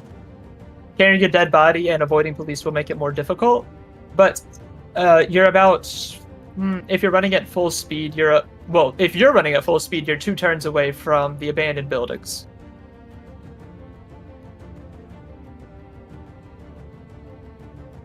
I want to do something, but I'll wait for everyone else. So I'll head to the abandoned buildings. Gotcha. All right. Just running. Mel, you're still there. Are you staying? Are you just gonna stay hidden? Or not hidden, but are you gonna stay like hands up? How high? Well, if I'm wanting to essentially make a run for it and leap over the bar, I'm guessing you'll need like an athletics or acrobatics. I guess it would probably be athletics to just like. Well, now that the window's actually open, you can acrobatics it. Well, I'm wanting to run through the door. Oh. So they have to go multiple different directions, and to do that, I'm gonna have to leap over the bar. But I was hoping I can get like enough of a running start that it's just like pushing myself over it, or like like skirting over it. Because I don't think my acrobatics is very good, but my athletics is great. Okay, then yeah. Athletics, that is just parkour. And before I run, I'm just gonna look at Stein and say, I'm sorry. And I'll just run. Let me do an athletics check. God, I hope this doesn't fuck me over. He's looking at you terrified. That's a 26 athletics check, and I'm gonna just dash out the door. Oops, wrong tool. Okay, yeah, a 26 athletics. You're good. You are out there faster than anyone could look at you. Well, 26 is good. I feel like that should mean, like, that's a 26. You should be able to dodge the readied actions. Okay, they'll have disadvantage on you. The 4 gunmen and not the marshal, the 4 gunmen and the bailiff are going to take shots at you, but all of them with disadvantage. I thought you said the bailiff didn't have any guns in his hands. Oh, that's true. The bailiff, he had an action ready, but quick drawing would cost more than a reaction, so you're right. So, let's see here. All right, we have 2 natural 1s and a 4. Okay. A 3, a 6, and an 8. And the highest one of those would be... Okay. The highest one of those would be a 15. Does that hit your armor class? Yes. Okay. That is just the 8. Does a 13 hit your armor class? No. Okay, then you just take 1 bullet. How many damage? Let me roll that real quick. 12. You run, and the 4 of them take shots at you, but you are able to dodge most of them, but one of them, like, catches some of your skin and rips a chunk of it off. Also, roll me a, let's say, Wisdom and or Constitution saving throw, whichever you think is more appropriate. To hold the disguise? No. It's not a concentration, but... Oh, no. It's not for the disguise. It's for something else. Yeah. Said Constitution or a what are my choices? Constitution or Wisdom, it's up to you. A save? A save, yes. That's an 11. Okay. Check your text messages. Next up in the initiative is going to be the gunmen. They just took a shot at you. 2 of them are going to move to the back door to take another shot, and then the other 2 are going to move closer inside and begin sweeping around. One of them is going to make a perception check to see Joe. He only rolls a 11. He does not see you. The other 2 that shoot at you, Mel, both of them, one rolls a natural 20, the other rolls a 17, and so you are going to take a very swift 9 plus 6, 15, plus 7, 22, plus 8, 30 damage from gunshots. I am? Yes, you are.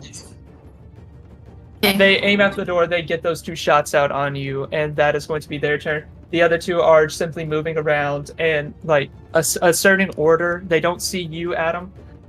And also, did you want to use your ready to action to shoot anybody, or are you going to stay undercover? Oh my gosh. No, I'm gonna say stealth. Stay stealth. Gotcha. All right. That's going to be their turn. Next up is going to be the marshal, who's going to take more steps. 1, 2, 3, 4, 5, 6. He gets on top of a table, and he is going to pull out a long rifle, a deer rifle, and he's going to make a very, like, DC 30 has to roll a nat 20 if he wants to hit you. Perception check to shoot once more at Aaron Knight. He rolls a 16, he doesn't see you. That's going to be his turn, and the vampires are going to keep, like, asserting order into the bar and, like, pushing down the people inside, holding swords to them. And now we are down to you, Adam. You're the last one that is technically in this encounter. Everyone else has fled. Are you going to stay, or are you going to flee as well? I'm gonna flee as well. I'm gonna go ahead and step behind the window and activate my wings of flying. Ooh, dirty. And I will fly above the building and start heading towards the abandoned buildings that we agreed as our meetup point. Absolutely amazing. All right. Then that will be the end of that combat encounter. Good job on surviving, everyone. I know it was a close call for a couple of you. And let's just go from different POVs. Adam, you are soaring through the sky. Describe your wings for us once more. It's been a while. My wings are essentially just it is just like a hood that I wear. It's a hood with a small cloak that I wear underneath the rest of my clothes. When it activates, the bottom half, the cape of the cloak, comes out of the rest of my clothes, and it spreads into a large pair of angelic wings. Gotcha. And right. allows me to fly. Right. And the next up is going to be Mel. Like, on your run, it is just searing pain. 3 gunshots in you. 1 in the stomach, 1 in the arm, and another one has hit your upper thigh. You are, like, running as quickly as you can with these wounds. Your dress is kind of tripping you up a little bit, and so it's like having to hold the dress up with one hand and sprint with the other. Bleeding also, blood, lots of that coming out of your body, and it is a burning sensation.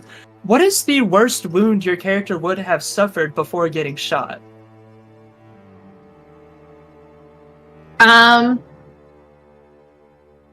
Feel like with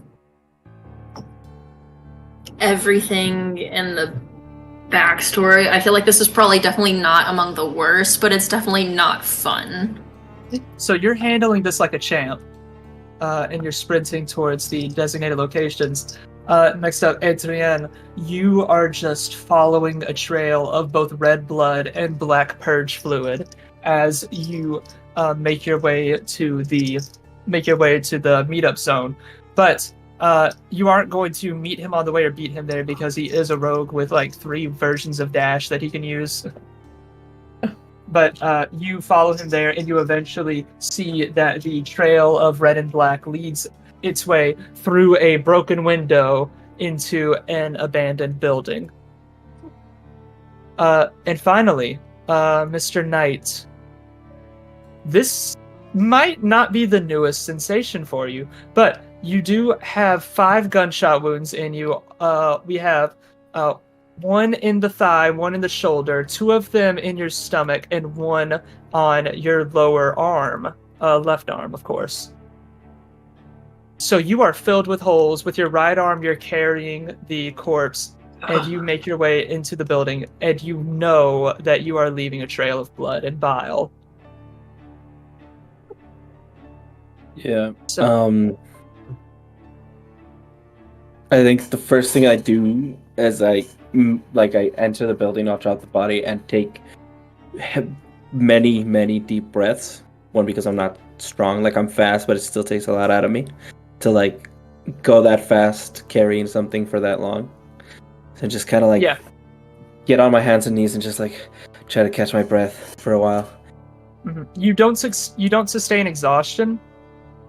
Roll an athletics check. Actually, you're carrying a body. It is a light body, but it's still like 40 pounds. Athletics, you said? Athletics. Well, that's gonna be a 0. 0. You do sustain 1 level of exhaustion, Gotcha. No problem with that. and it's gonna be typical D&D exhaustion rules. Okay. Yeah. Perfect. Mhm. I'm just gonna start trying to bandage myself up so I'm not bleeding anymore, and I have a couple of potions. I'll probably just take one for now. All right, good. Take that potion, apply its health to you. The next person to arrive would be Adrienne. They crawl through the same window you did. A few seconds after that would be Mel, and then finally, gracefully as possible, Adam Magus flies in on a pair of angelic wings and looks very regal while doing it. So you are all in one spot. Somebody can roll a survival check to determine how much time you have before they are able to follow the blood trail.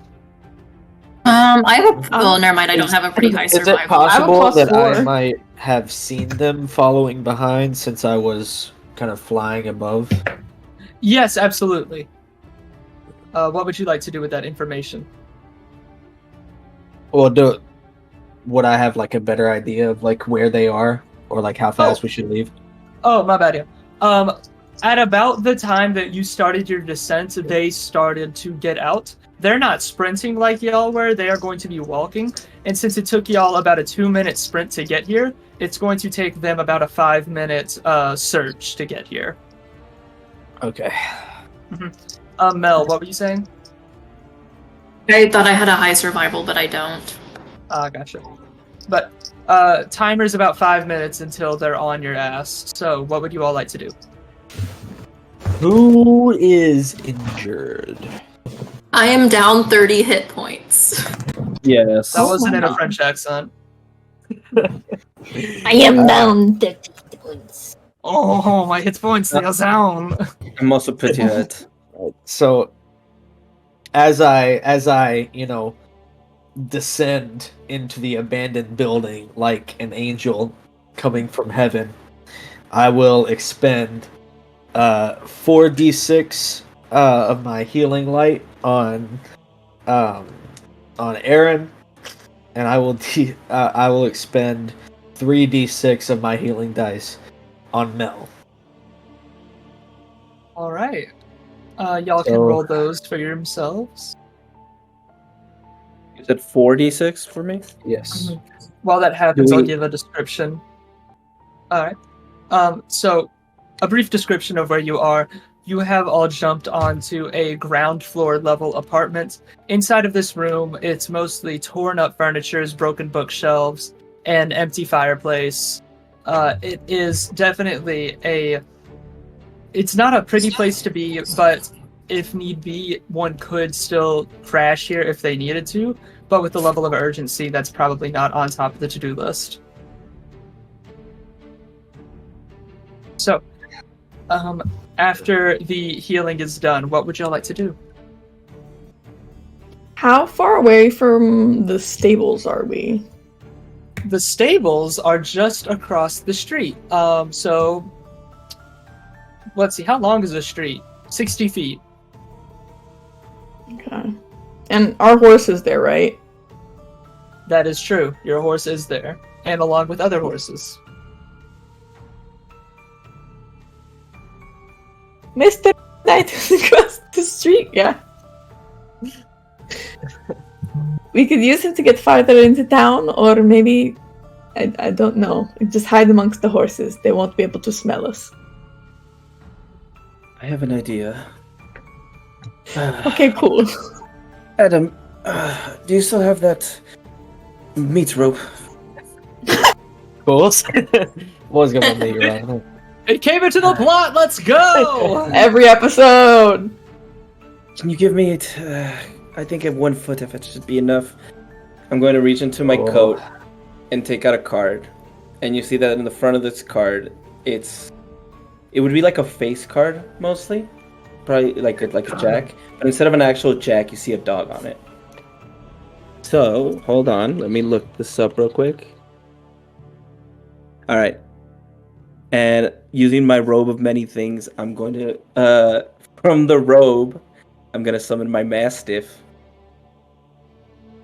So I'm just gonna like put the card on the floor and just a mastiff is gonna come out of the card.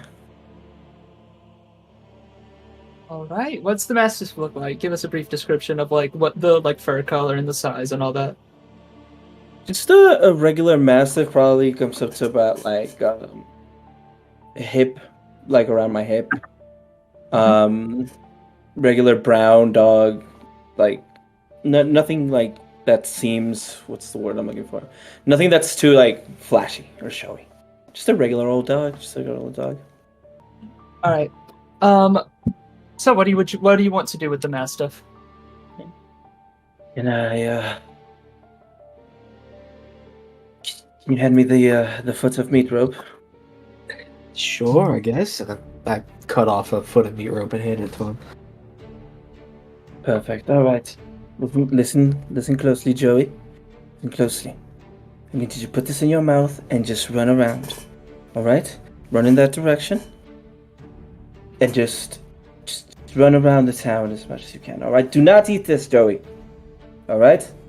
I'm gonna smear blood on the rope stick, and I'm gonna put it in his mouth so that he's making a fake trail of blood in the other direction. He is pogging out at that, but you say not to eat it. Roll an animal handling check, or does the dog specifically obey you? You can eat it when you're done, when you come back to me, but I need you to run around for at least 20 minutes. Do you understand? After that, you can have the meat rope. Him and any other carnivore are salivating at that. Like, it is a beautiful display of blood and meat and yummy for a creature like that. It doesn't necessarily say, like, it is in my robe of many things. Hold on. You know what? Just roll a quick check, and it'll have like light consequences. We'll say. Okay, that's actually not bad. What's my plus to animal handling? +1. Not bad. So that's a 12. All right. He gives you like an understanding, but he is also like salivating at the rope. So you put the rope in his mouth. He takes it outside. You hear him do the dog thing where he goes like his cheeks flapping around, and then you hear him start to skedaddle off. Okay. That should buy us a couple minutes, I think. Make them at least lose the blood trail. Or at least not want to follow it. But we should still leave the building for now. I'm gonna just, like, all of a sudden shove Aaron up against the wall with my dagger at his throat. All What right. the hell were you thinking? We agreed to not do anything tonight. I don't think we have time for this right now. Why shouldn't I kill you right now? Because you need me. I don't think so. I got the information for you. You don't know if they were going to talk about it. I got the information that we needed. Didn't I? I led the conversation. That is what I do. I'm gonna... Does Aaron still have, like, bullet wounds that haven't fully healed yet? They are red and wet, but they're not currently bleeding. I'm just gonna, like, put my hand in it until it's wet with blood and just shake my head and walk away. Thought you were gonna do something else. All right, word. So I mean, if anyone rolls a perception yo. check or wants to know what I do with it, they can, but I'm just gonna walk away. So, gang, what's the move now? There's stables across the street. The dog is creating another trail. What's the move? I have a plan, but if anyone wants to say no, you can. the whole purpose of killing him and bringing his body is to cause chaos or mayhem in the city. If the people of the city were to find his body crucified in the square, as he's done to so many, I think it would really cause a riot, giving us access to the tower and to the saint. If anything, at least give us enough time to rest while they deal with the uprising that we've started. How do you expect to get the corpse to the square on a cross, crucifixion, and make it back without them realizing like where we are? We've seen the square, right, DM? You have, and it is populated before sermons, but it is now after a sermon and about 24 hours until the next one, so it might not be as populated. You will probably only have to deal with like rudimentary guards and deputies. We don't have to make a big deal out of it. Not necessarily even crucify him on wood. We could just tie him up to the side cross. buildings or something, or to the cross. Yes. Ah, my bad. Yeah, sorry. I would need a better description of, like, there is a cross already there, like. So here's, no, you're great. There are, like, I should have given this the first time, that's my bad. Around that area, in the square, there are a row of crosses that sort of mark the barricade from the square to the temple. So you've got the square, the speaking area, and then behind the speaking area is a row of crosses, usually with people on them, and then you have the temple. It shouldn't take us long to just tie him up there. All we need to do is to get there. Adrian, will you go get a horse ready? Yes, go get our little guy ready. He's my friend. All right. Because if we don't do this, they'll definitely try to cover it up or hide the fact that the high priest is suddenly missing. The people need to know. Alright. Let's do it. As Adam and Adrian start walking out to head to the stable, I'm gonna look at Aaron and cast suggestion. Y'all too, man. Both of you. All right. What is it? Wisdom save. Punish you too. DC I'm not gonna- 14. I'm not gonna. Oh, maybe I might. I only have a +1. That's a natural 1. I say, Aaron, stay back for a second. It doesn't say in the spell if they remember what happens while they're under the spell. Hold on, I have the spell too. Don't worry about it. You dogs, both of you. Bad. DM, question. Oh, of course. What's your question? We just ran out of there. If I never took down my invisibility spell because it lasts an hour, Oh my lord! can people still hear me? They heard you. They did not see you if you are still invisible and if you didn't dispel it. No, I didn't dispel it yet. Yeah, then Because what if I just put the corpse under my cloak and then I'm wearing him and then he's close because skin is close and then we get to the square and no one sees until I leave. Is that how invisibility works? Somebody who knows this game better than I do. Is that how that works? Wait, that was so much that just happened and I was reading stuff. You know what? Rule of cool, it works. I like it. Anything the target is carrying or wearing is invisible as long as it's on the target's person. The spell ends if it attacks or casts a spell. All good. Yeah, that is an invisible corpse now. Aaron, But are you immune to being charmed? Probably not. I'm just a dude. Okay. It doesn't say that you don't know what is happening. You just follow my command, and it Can I have everyone except DM and Aaron take their headphones off? Gotcha. Everybody oblige. Make it snappy though. I have Aaron stay back and I'm gonna come up behind you,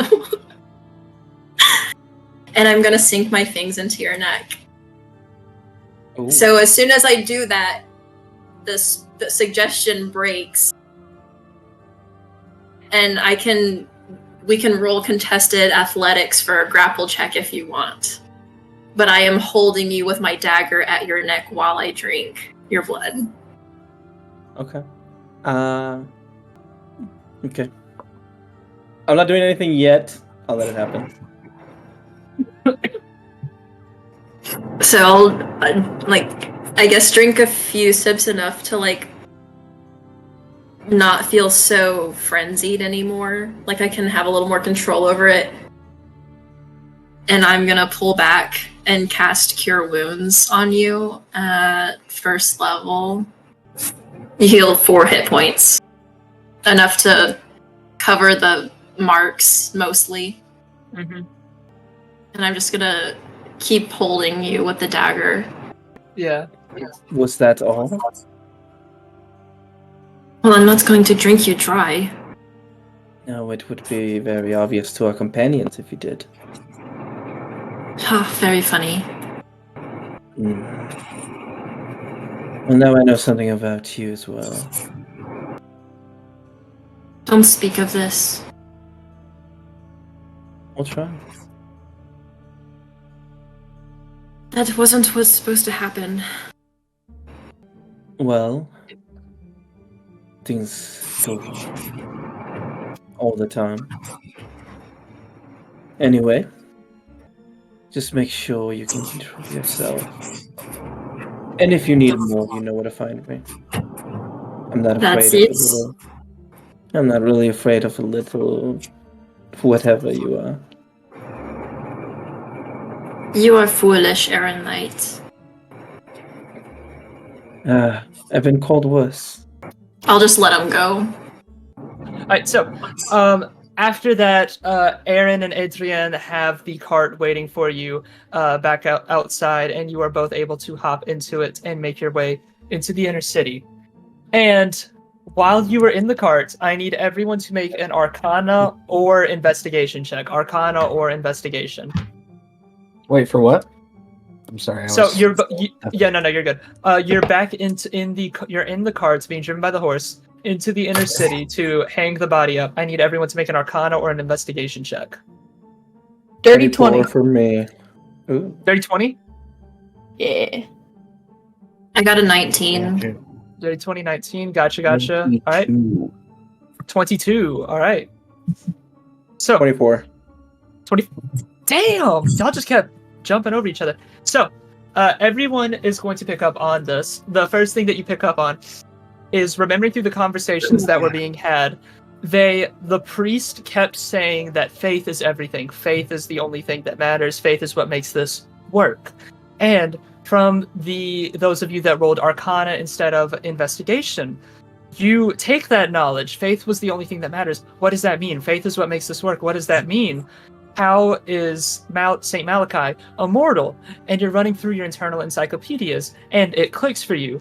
There are these things called liches, beings that through magic were once mortal but have become immortal. And not all liches work the same. Typically a lich has a phylactery that they put their soul into, but that phylactery isn't always physical.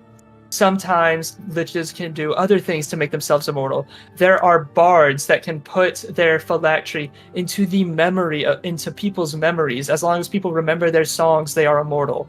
There are other spells, like there are druids that are able to turn their phylactery into an entire forest. And then there are religious men who are able to turn people's conviction into a phylactery. And you sort of piece together through their knowledge and what you heard, not everything that I voice acted, but some stuff that wasn't specifically voiced in the meeting, that Saint Malakai is a lich, and he is kept immortal by people's faith. And once people lose faith in him, he will cease to exist. On the cart ride in to the center of the city. You hear the rain falling down onto the nearby buildings. You don't think they're on your trail, but you can never know. What does everyone do before you string up a body? I'm just gonna make a quick perception, make sure we have enough time and there's not people Roll watching. Roll me that. That'll be a perception, I'm assuming. Yeah, roll me the perception. But you are, just running.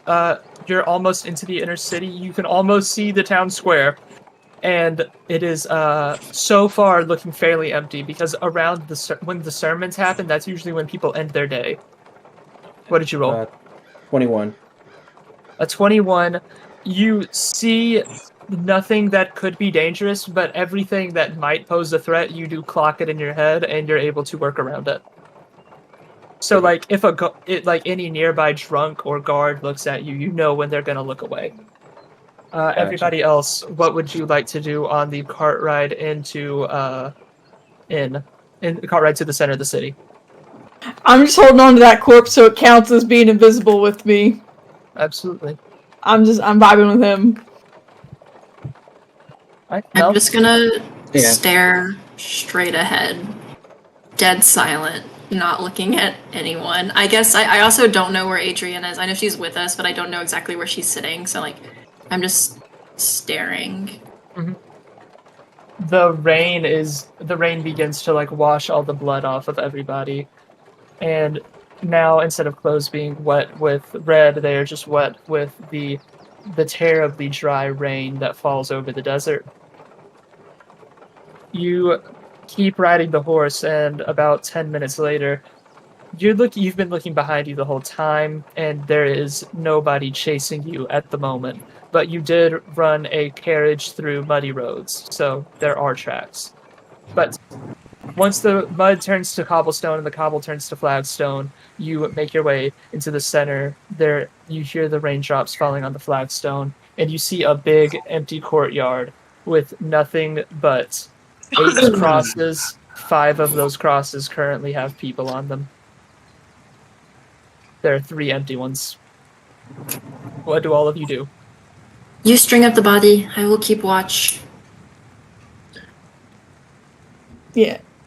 Yeah, sure. I guess I will help with the mounting of the body. All right.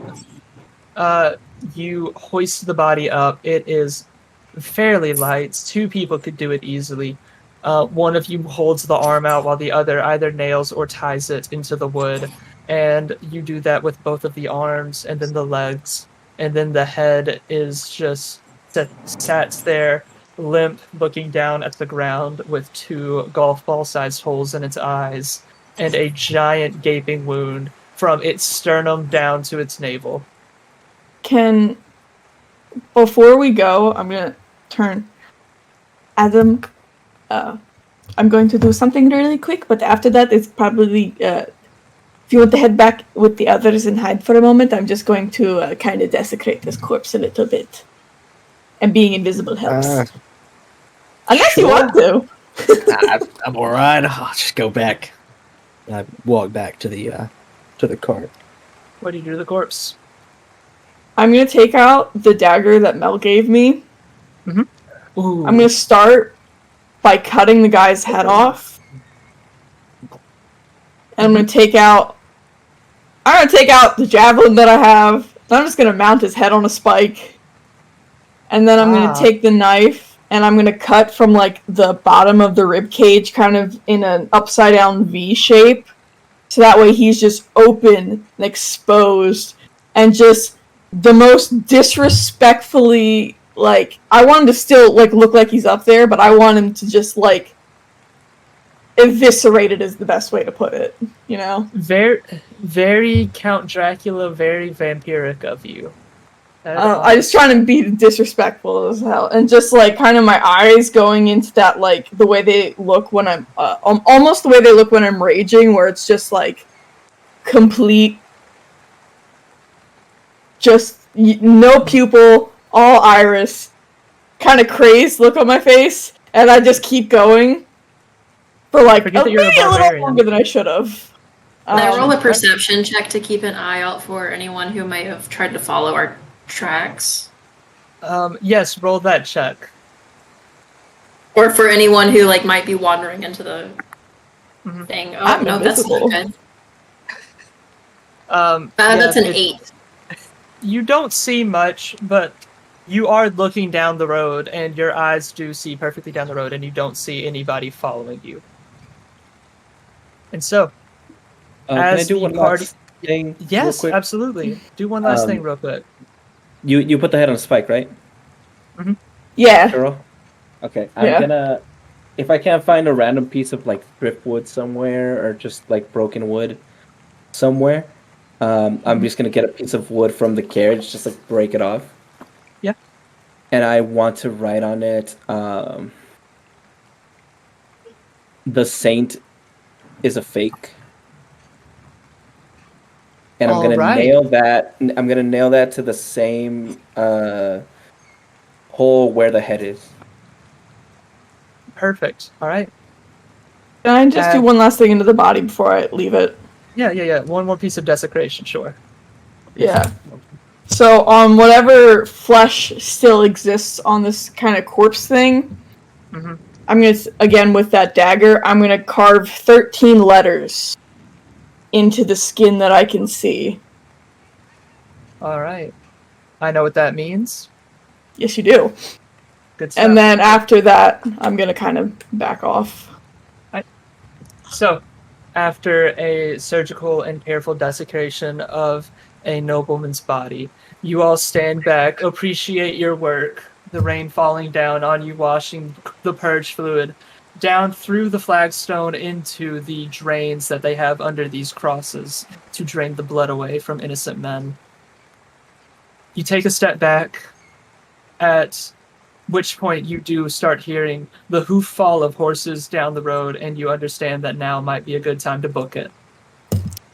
And with the rain falling and the clouds parting with the moon shining upon that dead body, we are going to cut today's episode on a fairly great ending, I might say, of a very cinematic episode, in my opinion.